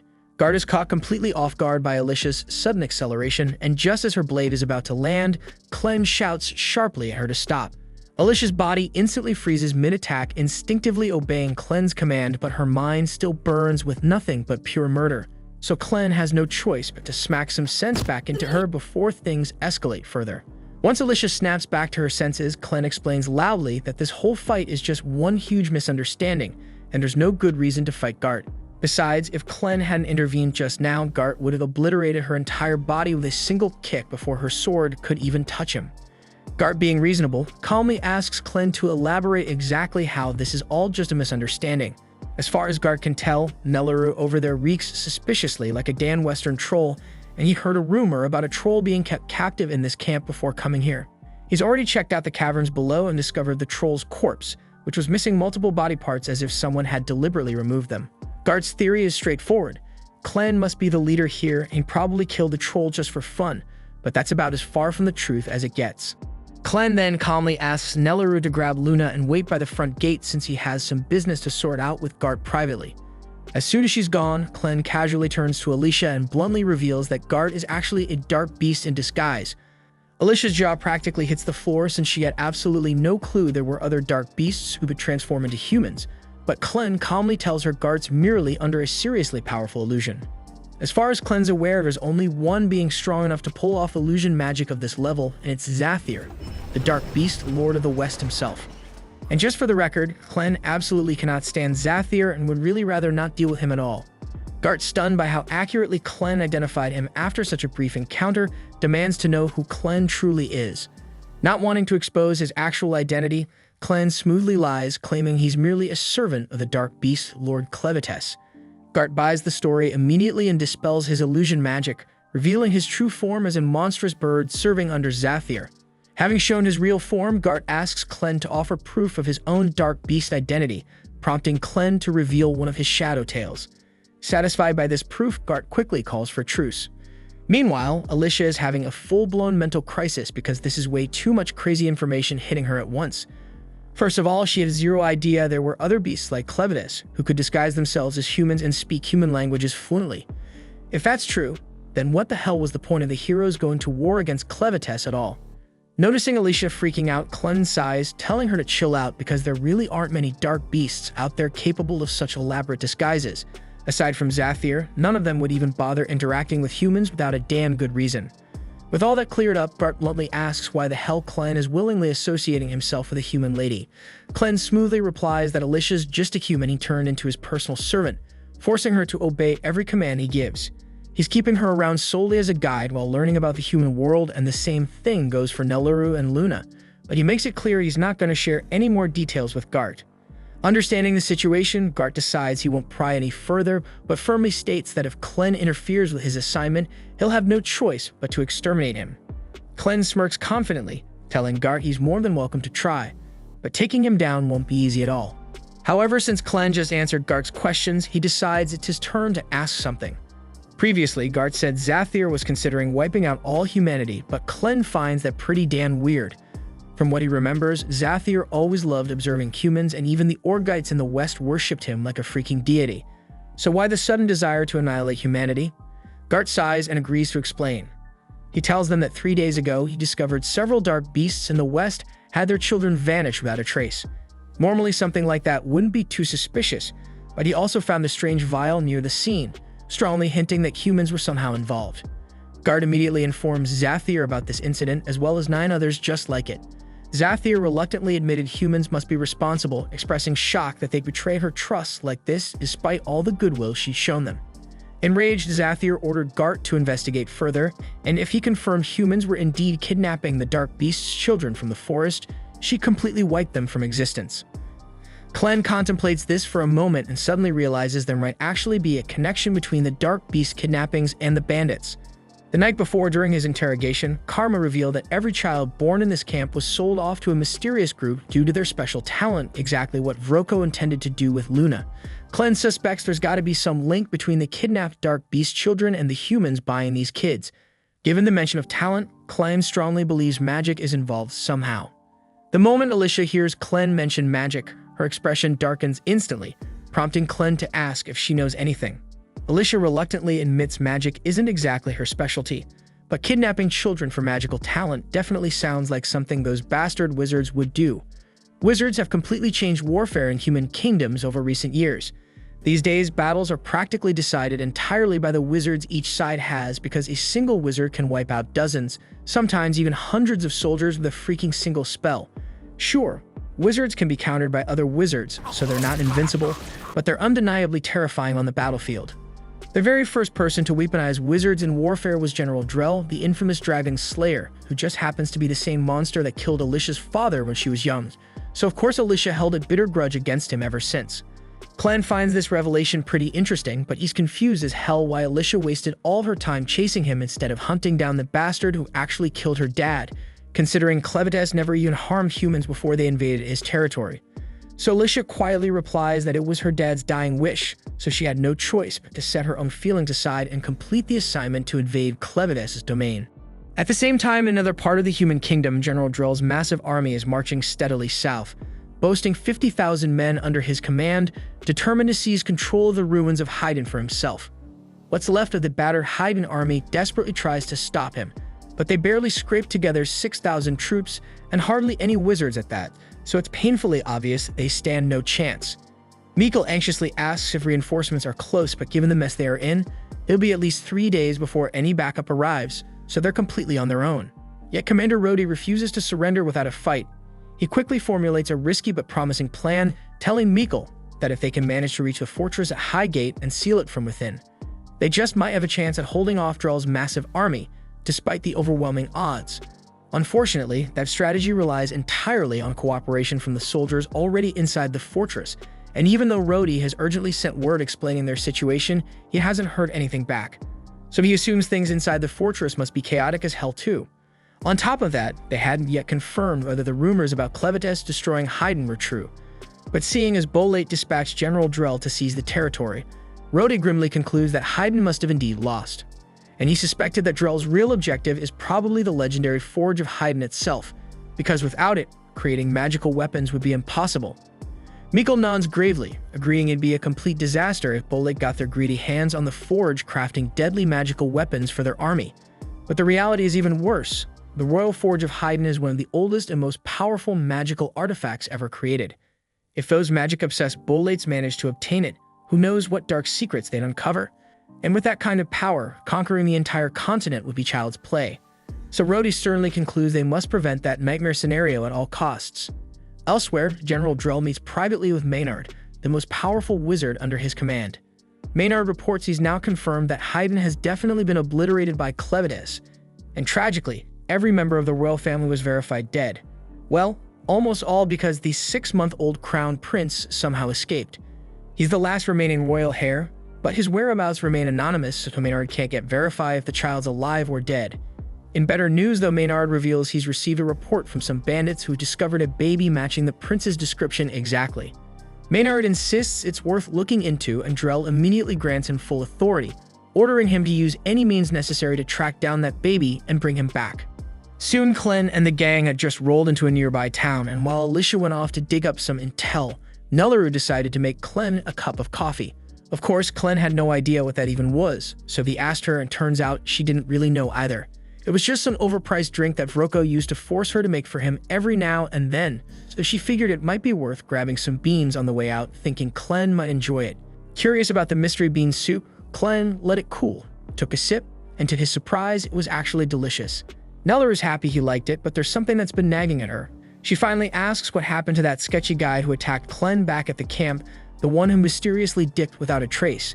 Clem explains that after Gart learned about wizards and magic from Alicia, he said he was heading off to report back to his master, so they won't be seeing him for a while. Still, Clem assures her that even if Gart shows up again, he probably won't cause trouble because the dude's not suspicious of them anymore. Right then, Alicia comes sprinting up the hill looking like a walking red flag. She's got bad news. The situation in Haydn has gone completely off the rails. The neighboring country of Bolade has smashed through the border and launched a full-scale invasion. Haydn is trying to fight back, but with the king dead and the capital already destroyed, their chances of winning are basically non-existent. The country of Eslan apparently tried to stall Bolate's advance, but it didn't do much in the end. Clem, still trying to piece all this together, asks why Eslan would even bother helping Haydn when they're not directly involved. Alicia explains that Eslan and Bolate have been at each other's throats for years, and even though Eslan's currently the weaker nation, they can't afford to let Bolate get their hands on the Haydn Forge. If Bolate managed to claim that, they become practically unstoppable. But even if they did capture it, they wouldn't be able to use it properly without someone of royal blood. But the real issue is that Haydn is completely outmatched, and thanks to Clem's offing their king, Haydn no longer has any decent sorcerers or leadership left. And at this pace, it won't be long before Haydn gets completely brushed off the map. That all sounds like a massive headache, but Clem honestly doesn't get why he should care because his only goal is to make Luna king. Whether Bolate burns Haydn to the ground or throws a party in the capital, it's none of his business. But Alicia cuts in, telling him it actually does matter, because if Haydn falls under Bolate's control, Luna's dream of becoming king goes straight into the trash. Under Bolate rule, only citizens born in Bolate can take the throne, and let's be honest, Luna looks 100% pure-blooded Haydnite, so that alone would make him an outcast, if not a target. Worse, pure-blooded Haydnites aren't just rare, they're valuable. Their blood is literally the key to refining arcanocite efficiently. And with a psycho like Drell leading Bolate's army, there's no telling what horrors he'd unleash to get his hands on someone like Luna. Alicia knows this firsthand. Drell was the man who killed her father, and not because they were enemies or anything like that. No, they used to be tight. But since her dad was considered one of the most elite swordsmen in the land, Drell showed up years after the guy retired just to challenge him and prove he was better. And when he won, he looked Alicia dead in the eyes and blew up her house for no reason other than pure malice. Alicia was burning with rage, ready to grab her father's sword and avenge him right then and there, but her father stopped her because he knew Drell would kill her on the spot if she even tried. With his dying breath, he begged her not to go down the path of revenge. He warned her it would only lead to endless war and suffering. Instead, he asked her to become a hero, someone who saves people, not someone who destroys. He promised he'd always be watching over her, and she never forgot. Now, with Bolate sweeping through Haydn like wildfire, Alicia tells Clen that the only way to ensure Luna's future is to stop them, drive them out, and crush Drell's ambition before it burns everything down. Clen knew she was right. Deep down, he could see the logic in it, but he still hated the irony. Here, he was about to protect the very place he once swore to destroy, and that thought annoyed him more than he expected. Still, Alicia's relieved that he's willing to step in. She says she'll get ready to head out, but Clen stops her. If he's going to take action, he can't risk people thinking he's just doing it because Alicia asked. He needs a solid reason to go head-to-head with Drell. And luckily, Drell's been abducting Dark Beast kids to turn them into war mages for his army. So that alone gives Clen the excuse he needs, and honestly, he's a bit hyped to see what these wizards are really capable of. He knows Alicia's probably dying to get back at Drell for murdering her father, but he reminds her that her dad's final wish was clear. He didn't want her to become a weapon of vengeance. He wanted her to be the kind of hero who saves lives. Alicia hasn't forgotten the vow she made, but after everything that's gone down, calling herself a hero feels like a bad joke. Right now, she's just going through the motions, stuck being a puppet to someone else's will. But even if that's true, Clen throws the question back at her, what does being a hero really mean? Maybe Alicia doesn't feel like one, but Clen's sure Nelleru sees her that way. After all, Alicia's the reason her life turned around. That hits Alicia a bit, and she knows he's right. So she decides to stay behind, and the moment Clen shifts into his other form, he bolts straight into the woods, heading right for the Bolate army. At the same time, the Bolate forces just smash their way past the second fortress on their march toward Haydn. Rhodey's seriously freaking out cause if they're not stopped soon, they'll be at Hinterat in no time. He rushes along the cliffside with Mikkel pointing out a narrow river up ahead. If they're gonna block the army, or at least slow them down, because this spot is their best shot. Back in the city, Alicia brings Nelleru and Luna along as they walk through the streets. Then they suddenly hear someone getting the absolute crap beat out of them nearby. Alicia's first reaction is concern, but once she spots the guy, she relaxes. It's just some unlucky bandit who somehow survived their last fight with her. Not exactly someone worth saving. The townspeople already know all about what the bandits have done. And when they realize this guy's one of them, there's zero chance they're letting him walk free. Nelleru's still a little shaken, mostly cause this guy used to harass her constantly. Alicia tries to comfort her, saying he won't even recognize her now that she's changed a lot. Unfortunately, the guy does recognize Alicia, and the second he sees her, he tries to shift the crowd's attention by yelling that she's the one who unleashed the giant sea monster in the old mineshaft. A few heads turn to see what he's shouting about, but Alicia's already slipped away by then. Even if someone had seen her, it wouldn't change the fact that this dude's a bandit and no one's buying his crap. In the end, all the bandits found in the area end up hanging, and the locals are still feeling pretty uneasy about everything going on lately. First it was Clevatess attacking, then came the Bolate invasion, and now some ancient underwater octopus freak. At this point, people are joking that next it'll be mutant hornets or ice-breathing worms. But no matter what madness shows up next, one thing's clear. They've made up their minds to stand strong and protect their town from whatever comes. At the same time, Alicia and Nelleru are trying to find somewhere to stay, but things aren't exactly easy since the whole town's basically on lockdown. But that they find an inn, but right before they step into it, Alicia asks Nelleru not to call her a hero because she's trying to keep a low profile for now. The second Alicia pushes open the door, she's greeted by two bulky guys flanking the entrance, and they don't waste a second accusing her of being one of the bandits. Alicia freezes for a second, not sure how to handle it, but then their mom steps in and tells them to stop messing with the guests. Phil tries to justify it by pointing out that Alicia has an eye patch and a sword, which makes her look sketchy. Still, with how crazy things have been lately, walking around armed isn't exactly unusual. What is weird, though, is someone walking around with a baby from Haydn, so Carrie turns to Alicia and asks what's up with that. Alicia quickly says that she and Nelleru are guards assigned to a high-profile figure, and right now their job is to protect the baby no matter what. That sounds good enough for Carrie, and she can tell there's more to the story, but she's not about to get involved in her guests' personal business. She just asks what they need, and Alicia replies that they're looking for a room for two, preferably something cozy enough for a baby. Carrot lets her know it's 2 silver coins per night, so Alicia pays for 2 nights up front, and Carrie points them to the first room on the left. She then tells her sons to help carry the guests' things, so Pete walks over to Nelleru and offers to carry the bags for her. Nelleru tells him she can handle it just fine, but Pete insists. So she hands over the luggage, and the moment he grabs it, he immediately regrets it because his bags are way heavier than he expected. Still, Pete and Phil manage to drag everything upstairs, and once they get inside, Alicia looks satisfied with the room. Carrie says if they need anything, they can come find her downstairs, and heads off. After she leaves, Nelleru suggests they put Luna down so he can get some rest. But what they don't realize is that one of Maynard's spy bugs has locked onto Luna's location. And now that he knows exactly where the Hydemech Prince is hiding, he's unleashing his entire swarm to track him down. Later on, Alicia stands by the window, her mind drifting, wondering if Clen has made it to the front lines yet. But before she gets lost in thought, Nelleru calls her over to check out Luna's very first baby tooth because it looks so adorable. Just then, Carrie knocks on the door to let Alicia and Nelleru know their food is prepared. But once she notices Luna's still asleep, she tells Alicia to come down and grab it herself so she can bring it back upstairs. Alicia follows her down, and Carrie points to the meal laid out at the far end of the table. Alicia heads over to pick it up, but on her way, she catches bits of conversation from the people sitting around the bar. They're blaming everything on the heroes. If those so-called saviors hadn't gone and picked a fight with one of the Beast Lords, Clevatess never would flatten Haydn, and the Bolades probably wouldn't have kicked off this whole war. Right now, folks see the heroes as a curse more than anything else, and honestly, it got every reason to be pissed. Instead of saving anyone, those heroes just make things worse. Alicia's just about to head back upstairs when she suddenly picks up on something. There's a dark beast nearby, and before she can act, something crashes through the window. It hits the floor right beside Pete, and at first glance, he thinks it's just some ball. He reaches for it, but Alicia shouts at him not to touch it. But it's too late, and the thing swells in size and slams Pete up into the ceiling, revealing itself as a massive centipede. Right then, Maynard steps into the inn.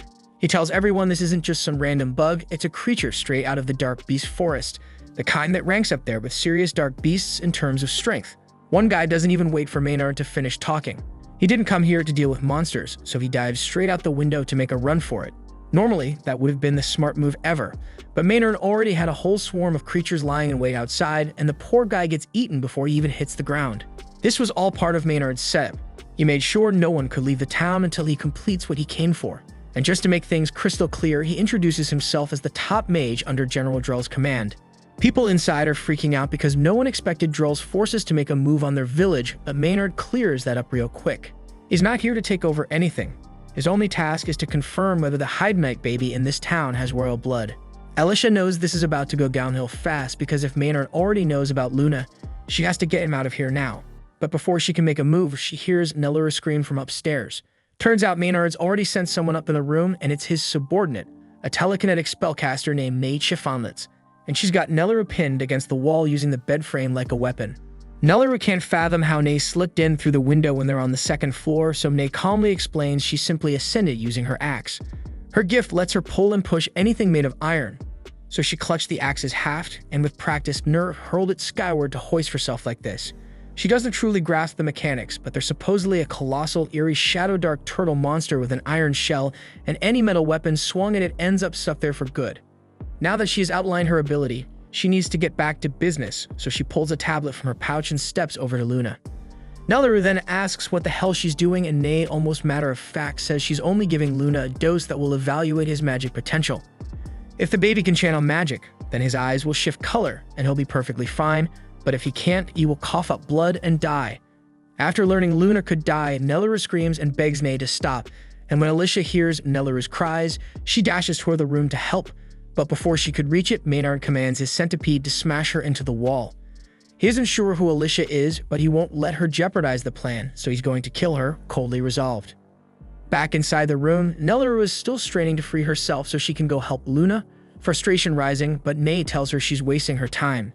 The pressure Nate can muster with those bed frames is, in her words, strong enough to haul the charging bull. So with 2 frames, Nelleru would have to be stronger than 2 full-grown bulls to break free, and there's no way her small arms could manage that, or so Nate thinks. But to Nate's shock, Nelleru's little arms are somehow actually shifting the bed frames, and with one sharp, desperate shove, Nelleru knocks Nate unconscious. Maynard hears a heavy crash coming from the room, and he wonders uneasily, what might have happened.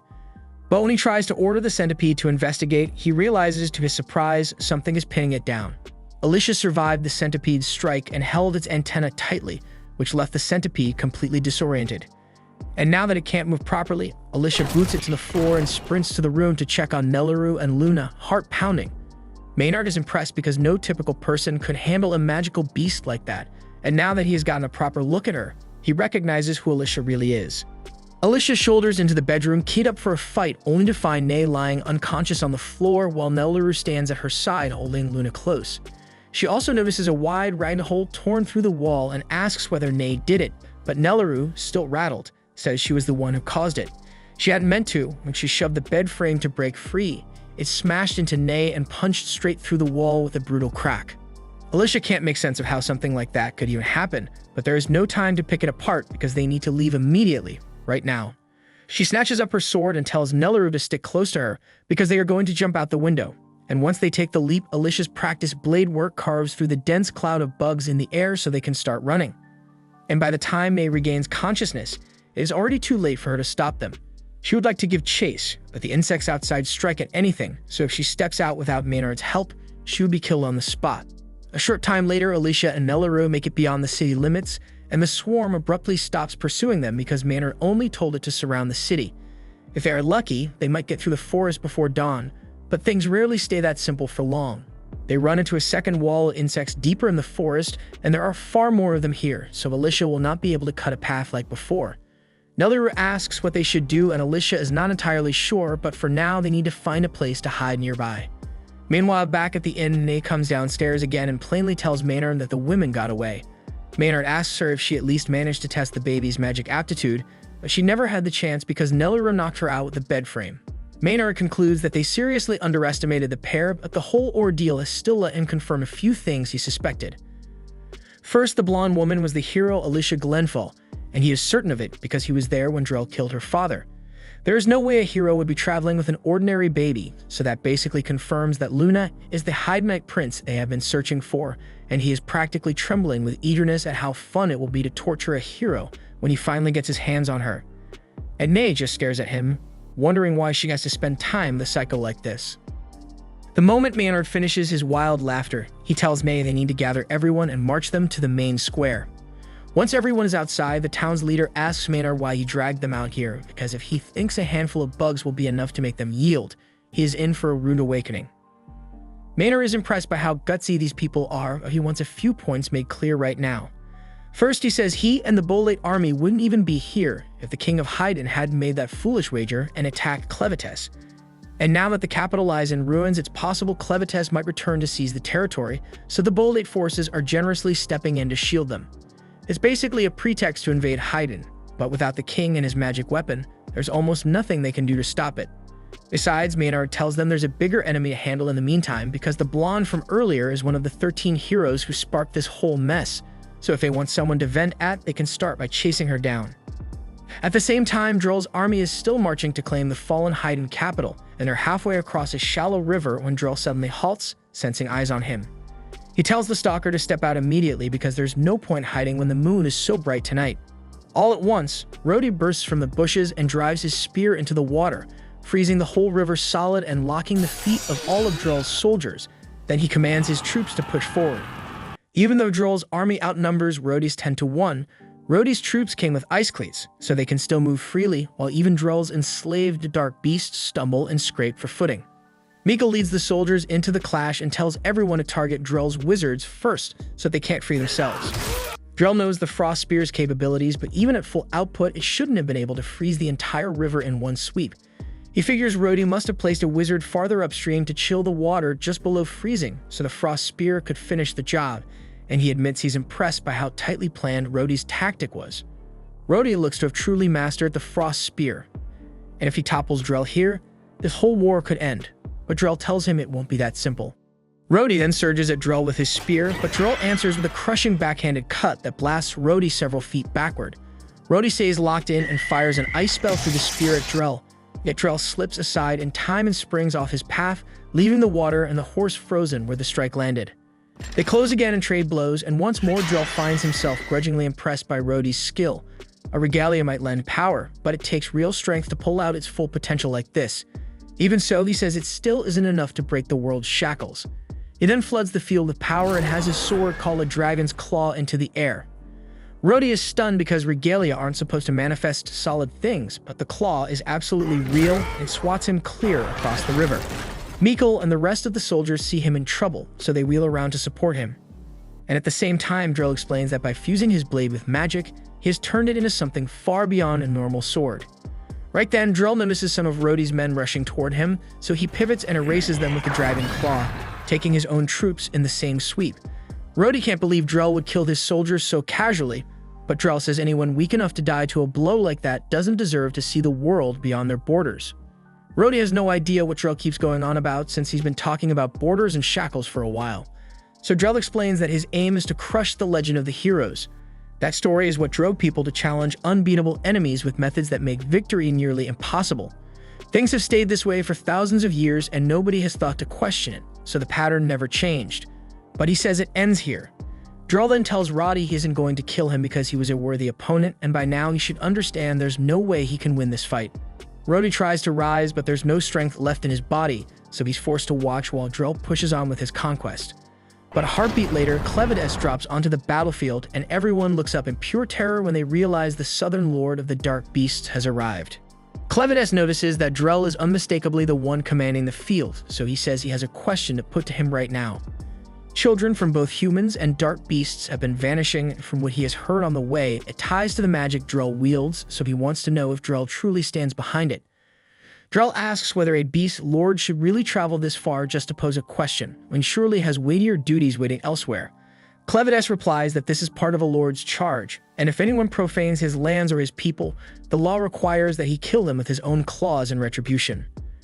Drell asks what empowers Clevatess to declare the law of the land, but Clevatess, irritated by how much Drell talks, drives a brutal stab straight through his stomach.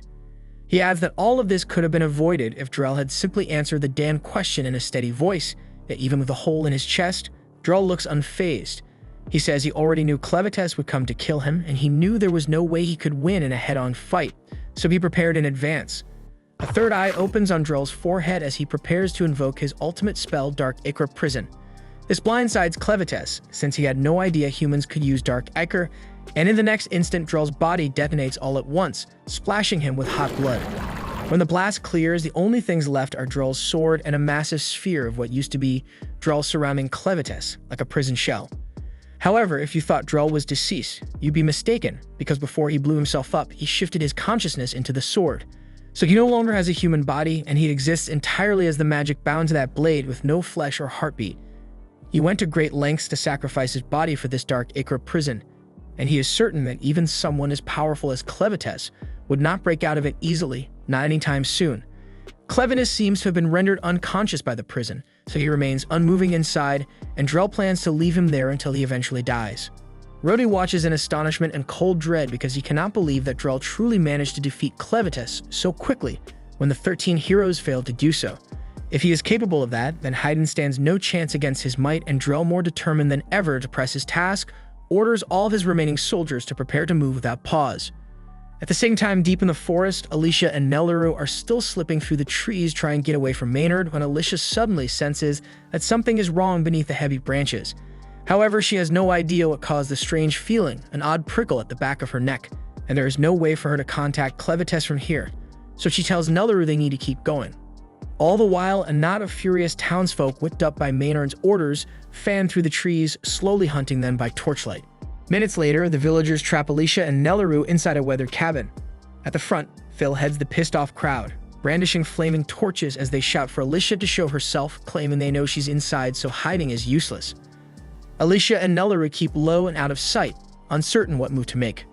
Phil keeps bellowing, pinning every misfortune that hit their town on her. Speaking for the lot of them, he declares they always despise the so-called heroes, since heroes never really do real work. All they ever do is put down a dark beast once in a while, and people act like it's some miracle. Nelleru tries to buoy Alicia, pointing out she's different because she saved both her and Luna's lives. But Alicia only tells her to move away from the window, stressing the top priority right now is keeping her and Luna out of harm's way. Alicia admits she half expected something like this, especially after they couldn't get out of town. What she didn't see coming was the townsfolk tracking them down this fast. She thinks about running since Maynard still hasn't caught up yet, but realizes it won't help because there's no damn place left to hide. Phil runs out of patience and lifts his firebrand, ready to pitch it at the shack. Before he can follow through, his brother grabs his arm because their mother and father have just arrived, both of them furious. Their father, Mark, lays into them, reminding them their forefathers built this water wheel over 200 years ago, and he won't let them burn it. Phil snaps back, but Mark cuffs him on the head and tells him to shut up, saying he shouldn't swallow whatever two outsiders told him. Mark adds that he doesn't trust Maynard or Nate either, which is why he has two strong men watching them to make sure they don't cause a problem. He shoulders past Phil and tells him to step aside and let him handle it. He goes to the doorway of the shack and calls to Alicia, saying he only has a question, and vows nobody within will be touched until the talk is finished. He wants to speak with her alone, so he asks her to come out. Alicia sees she has no choice, tells Nelleru to stay in and look after Luna, then walks outside. The initial detail Mark observes is that she's missing her regalia blade. He presumes she might have pawned it for fast money, yet Alicia clarifies she actually misplaced it during her clash with Clevatess. On hearing that, Mark jabs at her dignity, noting that she faced Clevatess and was beaten. Alicia exhales and acknowledges that Clevatess utterly overpowered them. She says she'd get it if everyone resented her for a failure like this, and as she starts to apologize, Mark cuts her off. He tells her that isn't the issue. Still, if she had hawked her regalia and bolted, he absolutely would have taken her life. But because she already stood and fell in battle, he had nothing to reproach. Phil and the rest were stunned at the choice their father delivered, and Alicia, in contrast, was struck dumb when she realized they didn't despise her in the end. Afterward, Mark proceeded to tell Alicia that before the monarch passed, he had sent her off because it was part of their custom. Then, fixing her with a grave look, Mark asked whether keeping that custom alive was still honestly justified given the steep cost they had all borne. When the next sovereign is selected, should the people truly back him or not? Mark reminded Alicia that her band of champions was the only group in a millennium to reach the Lord of Dark Beasts. He figured she must have glimpsed what lies past Luna Mountain, so he pressed her again on whether it was worth the price. Alicia cast her mind back to her clash with Clevatess. She recalled that after her limbs were cut away and she was flung skyward, she caught a fleeting look at the world's brink. To her shock, there was no border at all.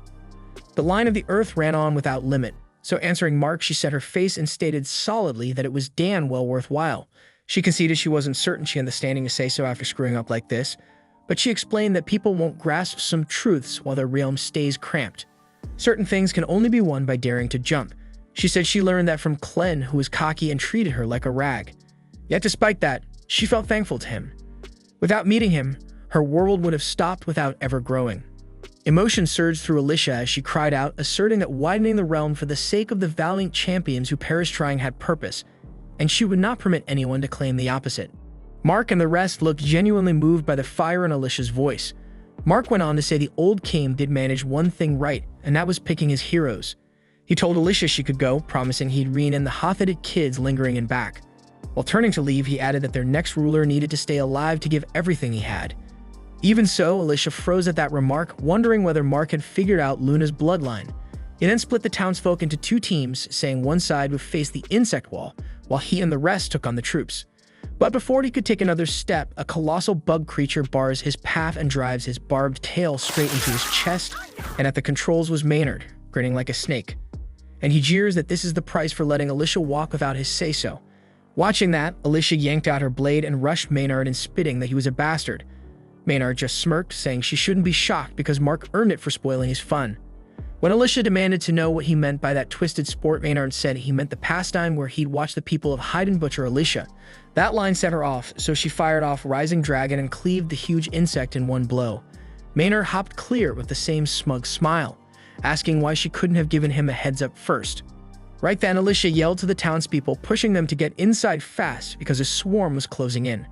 Right on cue, a black cloud of bugs came sweeping in. Luckily, every last one of them, Mark included despite his wound, made it to cover in time. But as the door swung shut, Nelleru looked through the window and spotted Alicia still out there, burning every bit of strength. She had to hold the bugs back by herself. Luckily, she tore through the first wave, and even Maynard had to be impressed. Yet he said this was exactly what he figured from a hero like her, standing solo and swinging no matter the chances, and the only question left was how long she could keep that up. At once, Alicia crumpled onto the dirt in agony, and right then Maynard offhandedly noted he had neglected to mention a detail. The insects had been venomous the entire time. He explained that if the large ones pulled your focus, the tiny ones dose you before you even realize. Maynard added he could not direct every critter around, from bees overhead to ants underfoot. But the most fearsome of the lot was a special spider breed whose toxin can break human blood down at its core. Alicia abruptly sensed a crawl along her nape, but before she could smack it with her palm, the arachnid sank its fangs into her. Maynard said its venom was so damn potent it could liquefy small life from the inside out. As Alicia fought for breath, Maynard started laying out the reason he despised heroes so much. Ironically, he confessed he once adored them, yet as a kid he learned these supposed heroes never showed when he truly needed them. And when he lost everything, the neighbor next door helped more than any so-called champion. That was when he decided heroes were just people wrapped in sweet-sounding labels. In his eyes, they could not shield anyone, and he jeered that the only ones able to guard anything were himself and General Drell. After that, Maynard unleashed another surge of insects at Alicia. While she beat them back, she grasped it would only deteriorate because Maynard's toxins even countered Dark Ecker. As she kept going, she suddenly glanced down and saw Clevatess sitting placidly within her chest. He offered little, only reminding her to wrap this up here because a larger task still awaited. Alicia swiftly tucked him beneath her dress so Maynard would not notice. At the same time, inside the cabin, a few insects had begun slipping through, and the townspeople did their best to swat them before they could cause harm. Carrot told her sons to pack the gaps in the walls so no more could come in. She then reminded everyone that keeping Luna safe was the top priority, since he stood for Hayden's future. She said all they could do now was trust Alicia to hold the swarm outside while they guarded Luna inside. Everyone agreed, saying they had all the gear they needed, and with that they started boarding the cabin with timber planks. At that moment, Alicia stood firm while Maynard strutted and kept running his mouth without end. Suddenly, a huge scorpion erupted from the soil and whipped its lethal barb at her, hitting Alicia and hurling her into the river close by. As she thrashed in the current, Clevatess slipped out of her chest and asked whether the toxin was what made her sluggish. Alicia confessed her pace lagged not just from the venom, but because her injuries would not close. Clevatess clarified that Maynard's venom interfered with Dark Ecker. It lacked the force to erase it outright, yet it stalled her regeneration until the taint faded, which meant her immortality was on pause. Up on the bank, Maynard stood steady and sure of himself. He jeered at Alicia for staying submerged, assuming she was too scared to come up. In the cabin at that same moment, the townsfolk wrapped up their fixes, stuffing the final gaps in the boards when a sickening noise came from overhead. With a sodden smack, an enormous larva fell out of the ceiling, making everyone gag just looking at it. Someone darted to the window and spotted more huge larvae crawling all over the grounds. They were gnawing straight through the shack's siding, and it was not only the shack. Swarms without number were already eating the surrounding forest clean. Back near the square, people heard heavy crashes rolling in from the path Maynard took. Alarmed, they rounded on Nay and demanded to know why she had not gone along. Nay answered straight, saying she stayed back because she did not want to die. She explained she would not step in Maynard's way since once he gets serious, he keeps going until nothing remains. After all, he commands every insect and is the fiercest mage in the Bolate ranks. Out in the deep woods, Maynard kept baiting Alicia while she stayed in the water. He said the oversized larvae around him were rare creatures that hatch only once a century. When they come out, they chew down everything they can reach. This breed exists only on one island far to the east. Every 100 years, these grubs strip a forest to nothing, leaving it bare ground. Yet the creatures are crafty. They never eat the seeds. Instead, they lie sleeping in their eggs until those seeds grow into a fresh, thriving forest. With a cocky grin, Maynard pressed a finger to the mana gem set in his chest and bragged that his sorcery could fast-forward that natural rhythm. With power like that, he figured the shelter where the townsfolk huddled would not survive even 60 seconds. Alicia's temper snapped at his taunt. She blasted up from the stream, but as she lifted into the air, her eyes blew wide in shock. Maynard had been secretly raising extra bugs in silken pods, and at that instant, those pods split open. The fresh brood poured at her with lethal intent. Alicia whipped her blade and hacked through the pack, but each cut shook loose a glittering powder from their wings that carried a different toxin. Her stamina blew away by the second, while Maynard drank in her suffering. With a single order, he sixed the colossal scorpion to smash her into the dirt, after which a tidal mass of bugs smothered her under their bodies. And that sick sight sent a freaking chill ripping through my whole damn body. Right when Alicia teetered on the edge of giving up, Clevatess stepped in. A blaze of scarlet flared under the heap, and out of it her regalia blade rose, carving straight through the mound of bugs. Maynard's eyes went saucer-wide in shock. He clocked the relic at once and barked to know where she had stashed it. Clevatess, cool as ice, told Alicia that most life on this world is water and bugs are no exception. All she had to do was handle a swarm like she would a sphere of water. The regalia he gave her carried the edge to slice them clean, and with that, he pushed her to finish the fight for good. Alicia pushed her feet, the blade humming with force. A savage gust tore across the field as she triggered her ultimate stream splitter. With a single quick arc, she erased the whole swarm in one hit. Watching from afar, Nia gaped as every creature under Maynard vanished. Alicia leveled the weapon at Maynard and ordered him to yield, but she knew he would not give in, so she simply laid him out cold. Drained, Alicia finally crumpled. Nelly rushed in to catch her, but to her shock, Clen was already there, holding Alicia in his arms. Clen looked at them with a hard face and said the situation had shifted, which was why he had come to call them back. Alicia, still woozy, managed to ask if Clen had beaten Drell. Clen answered that he had not because Drell was not alone. He had another Lord of Dark Beasts helping him. Elsewhere in the ruins of the Kingdom of Haydn, evacuation operations are underway. Around 80% of the remaining citizens have already been transferred to the underground shelters. Still, Queen Tala refuses to depart, at least not until she locates her son. One of the senior advisors tries to reason with her, reminding Tala that, as things stand, she's the last remaining figure fit to lead what's left of the realm. But Tala stands firm, declaring she could never live with herself if she abandoned her child.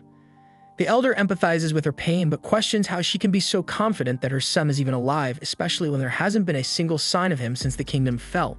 Tala clarifies that she knows he survived because the Forge of Haydn is still glowing with its usual intense red light. Normally, after the king's death, the forge would go dormant until another rightful wielder appears. But its continued glow means someone of royal lineage is still alive, and the only other living heir is her son. That's why she insists their top priority must be locating him and protecting him until he's old enough to inherit the forge. If they can manage that, then Haydn still has a future. The path forward is clear, but Tala can't help but feel bitter because this entire ordeal might have been avoided if she'd been able to flee with her son like she originally intended. The elder asks her to clarify what she means, and Tala reveals that before Clevatess launched his assault, she had a vision foretelling the devastation. She had sensed that the heroes would be no match for the dark beasts, and that Clevatess would destroy the capital in revenge. But she couldn't predict the exact timing, and because of that, her window to escape closed before she could act. Right then, Tala's personal courier, Fabio, returns and announces that he brings urgent news. He reports that Drell's army, 50,000 strong, recently clashed with the forces of Eslan near the Morel River. The Eslan warriors fought with incredible courage, but they ultimately stood no chance against Drell's devastating magic.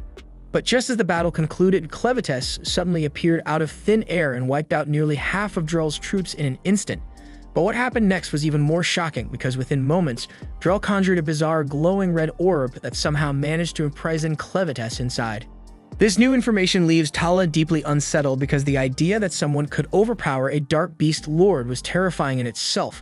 But now Drell and the remnants of his force, roughly 20,000 soldiers, were marching straight toward them, and no one had a clue how to respond.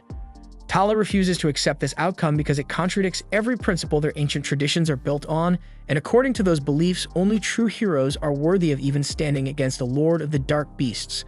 But Fabio counters, pointing out that Drell was once a hero himself, and more importantly, he still carries his regalia, so by the letter of prophecy he qualifies. Still, Tala rejects the idea outright. In her eyes, a man like Drell, who would lead troops to invade a foreign land, could never be the chosen hero foretold in legend. So she declares that she'll confront him directly and destroy his regalia, claiming he's unworthy of wielding such a sacred artifact. Fabio hesitantly asks if destroying a regalia is even possible, but Tala explains that with the sacred hammer of Haydn in her hands, it is. The hammer is the only known weapon capable of crafting or shattering a regalia. The elder tries to talk her down, reminding her that the hammer is only to be wielded by Haydn's rightful king. But with the throne currently empty and her son too young to take it, Tala announces that she will act as ruler in his place, and as such, she has every right to use the hammer. No one can refute her claim, so the others assist her in putting on her battle armor while Fabio runs off to retrieve the weapon. She thanks him once he returns, then lifts the hammer from its sacred case. Now armed with its legendary power, she prepares to face Drell and his forces head-on. Meanwhile, back in the village, Pete pulls May over to where Alicia is waiting, just as she asked him to. He's still buzzing with excitement from watching her demolish a swarm of insects with a single swing, so he eagerly declares that from this point on, he'll be her personal assistant for as long as she sticks around. Alicia is taken aback by how kind he's being, but since he offered, she asks if he could also bring Nelleru to her. Pete bolts off immediately to fulfill the request, and Clen smirked, congratulating her on gaining her very first lackey. Alicia groans and tells him to knock it off because she never asked for a servant, and what she really wants right now is a fresh outfit because she's currently soaked head to toe in bug guts. At that moment, Nay finally speaks up, asking why she was even brought here. Her knees are sore and she just wants to go home already. Alicia finds it a bit odd that Pete managed to drag Nay here so effortlessly, especially considering what Nelleru had said about May's ability to manipulate magnetism. But then again, Pete didn't come at her with anything metallic, so there was nothing for her to control. Against that kind of brute strength, she really didn't stand a chance. Either way, Alicia says she has a few things she wants to ask and tells Nay to spill everything she knows about Drell and how he's connected to the Dark Beast Lords. Nay looks genuinely lost and says she has no clue what the hell Alicia is talking about, so Alicia rephrases the question and asks whether Nay has ever seen Drell's Dark Ecker, and she explains it's basically a type of blood that moves independently on its own. Nay looks disgusted and says she's never come across anything like that, and honestly, it sounds revolting. Alicia can tell she's not faking her reaction, but Clen is certain that what they saw from Drell was Dark Ecker, and only Dark Beast Lords are capable of producing that substance. On his own, Drell wouldn't be a major concern, but if one of the Lords is backing him, then that changes everything, and they need to figure out what's really going on. With Clevatess standing right here, the only other Lords who could be aiding Drell are Zathir in the west, Rathbell in the east, and Vorden up north. And if one of them is bold enough to challenge Clevatess by lending support to Drell, then they're going to suffer the consequences. Speaking of Drell, Alicia turns to Clen and asks if it was really okay for him to leave his main body behind and show up in this smaller form. Clen replies that what they're seeing isn't his true form. In fact, it's better if Drell's allies assume Clevatess is still trapped because it'll give him a strategic edge when the time comes to strike. Meanwhile, Nay has been trying to cut in for a while and finally raises her voice again, asking if they're done yet because she'd really like to leave. While she might not have any magnetic power to use without metal, she does still have her gauntlets. They're useless while they're in direct contact with her skin. But her arms are slim enough that with a bit of effort, she manages to wriggle one hand free. She flings the gauntlets upward, then loops her handbag around them to trigger her flight ability, and before Clen or Alicia can even react, she's already floating off into the sky, leaving the two of them just standing there, watching in disbelief. While soaring through the skies, Nay spots Nelleru and Luna riding in a wagon headed toward Alicia and Clen.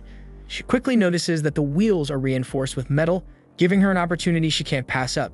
She figures Drell will definitely chew her out if she shows up empty-handed, so she swoops down and lands on top of the cart, announcing that she'll be taking the two of them back to Hitterad with her. Using her gauntlets, she knocks the twin brothers unconscious and effortlessly lifts the entire vehicle into the air, snatching both Nelleru and Luna mid-transit. But just as she thinks she successfully pulled it off, she suddenly notices something strange. Clen is casually seated right beside her. He glances over and tells her to speed things up. They're on a tight schedule and can't waste a second. That's when Alicia leans in, pressing her blade against Nay's neck, calmly explaining that this whole cart setup was a trap from the start. The plan all along was to corner Nay and force her to fly them to Hitterad, so this turn of events works out perfectly for them. Alicia also points out that her weapon is forged from pure hide steel, which Nay can't manipulate with her magnetism. Realizing she's cornered, Nay wisely gives in and agrees to transport them without resistance. Back on the ground, the two brothers wake up and are relieved to see that Alicia and Clen managed to board the cart safely. They wave them off enthusiastically, shouting that Alicia is always welcome to return any time. The townsfolk follow suit, calling out their farewells as the cart glides overhead. Alicia feels proud knowing she left a good impression. It gives her the sense that maybe, just maybe, she's starting to feel like a real hero. Clen ribs her again, making fun of the overly satisfied look on her face.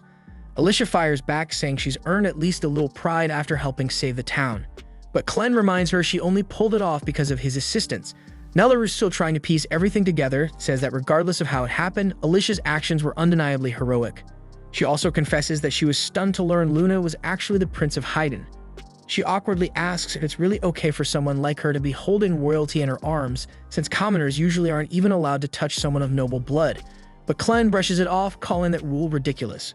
He explains that Nelleru has played a vital role in keeping Luna alive, and on top of that, her strength now surpasses that of most regular humans by a wide margin. So if anyone ever tries to belittle her again, she should feel free to flatten them. Alicia immediately jumps in to clarify that Nelleru absolutely should not be going around flattening people, but Clen shrugs and says that's always been his go-to method for dealing with haters, so as far as he's concerned, there's no issue. Before long, the group reaches the mountain range, and just beyond it lies the capital city of Hitterad. Clen turns to Alicia and asks if she's truly prepared for battle, and he warns her that he can't risk being seen, so he won't be able to step in and fight alongside her. On top of that, he can't allow Drell to discover the presence of dark ichor in her system, meaning her ability to heal herself will be severely restricted. Even so, Alicia insists that she's more than ready to face him and settle the score for her father's sake. Nay then guides the flying cart over the mountains, and the moment Hitoret comes into view, it's clear the city is already under siege, so Drell has to be close. Alicia scans the skyline and spots him standing atop one of the castle's towering walls. Without hesitation, she seizes Nay's arm and forces her to steer the cart directly toward him.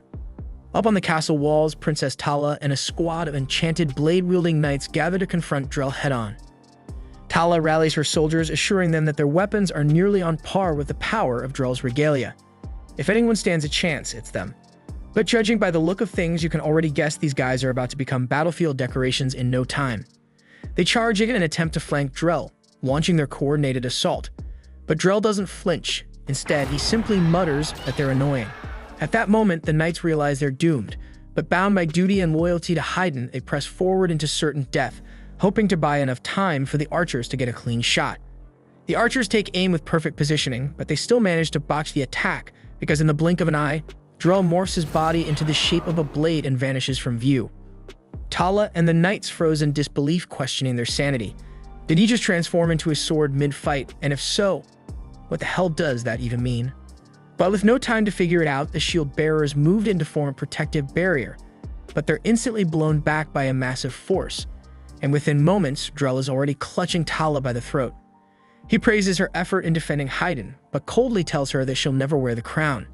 Tala knows he's right because she doesn't possess royal blood and only someone born of the king's bloodline is eligible to inherit the throne. And if every direct heir were to perish, then the right would pass to the closest relative by default. But Drell declares that he intends to end that tradition once and for all.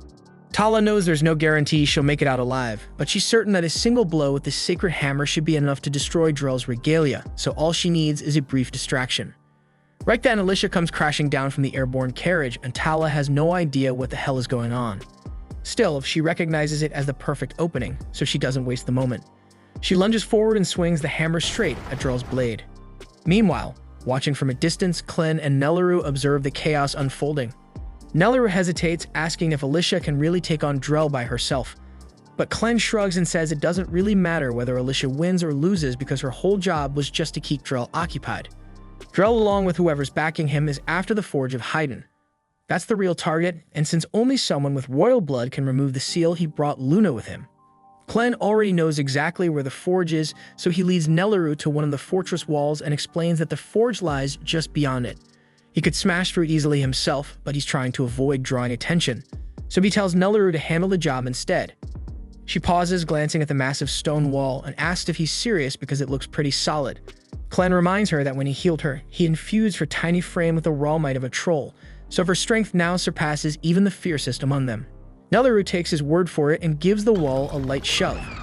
To her astonishment, the entire slab of stone rockets forward far more forcefully than she expected, flying clear over the wall and crashing directly on top of the guards stationed to protect the forge's entrance. She doesn't know why, but she suddenly feels like her kill-death ratio just ticked upward, but Klen tells her she's just imagining things and urges her to move faster because they're sure on time. Down near the forge's sealed doorway, Fabio and a handful of soldiers manage to survive Nelleru's accidental strike.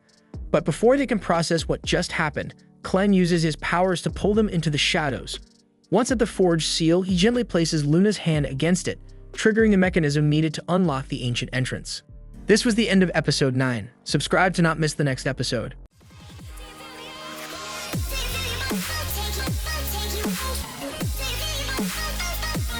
Take you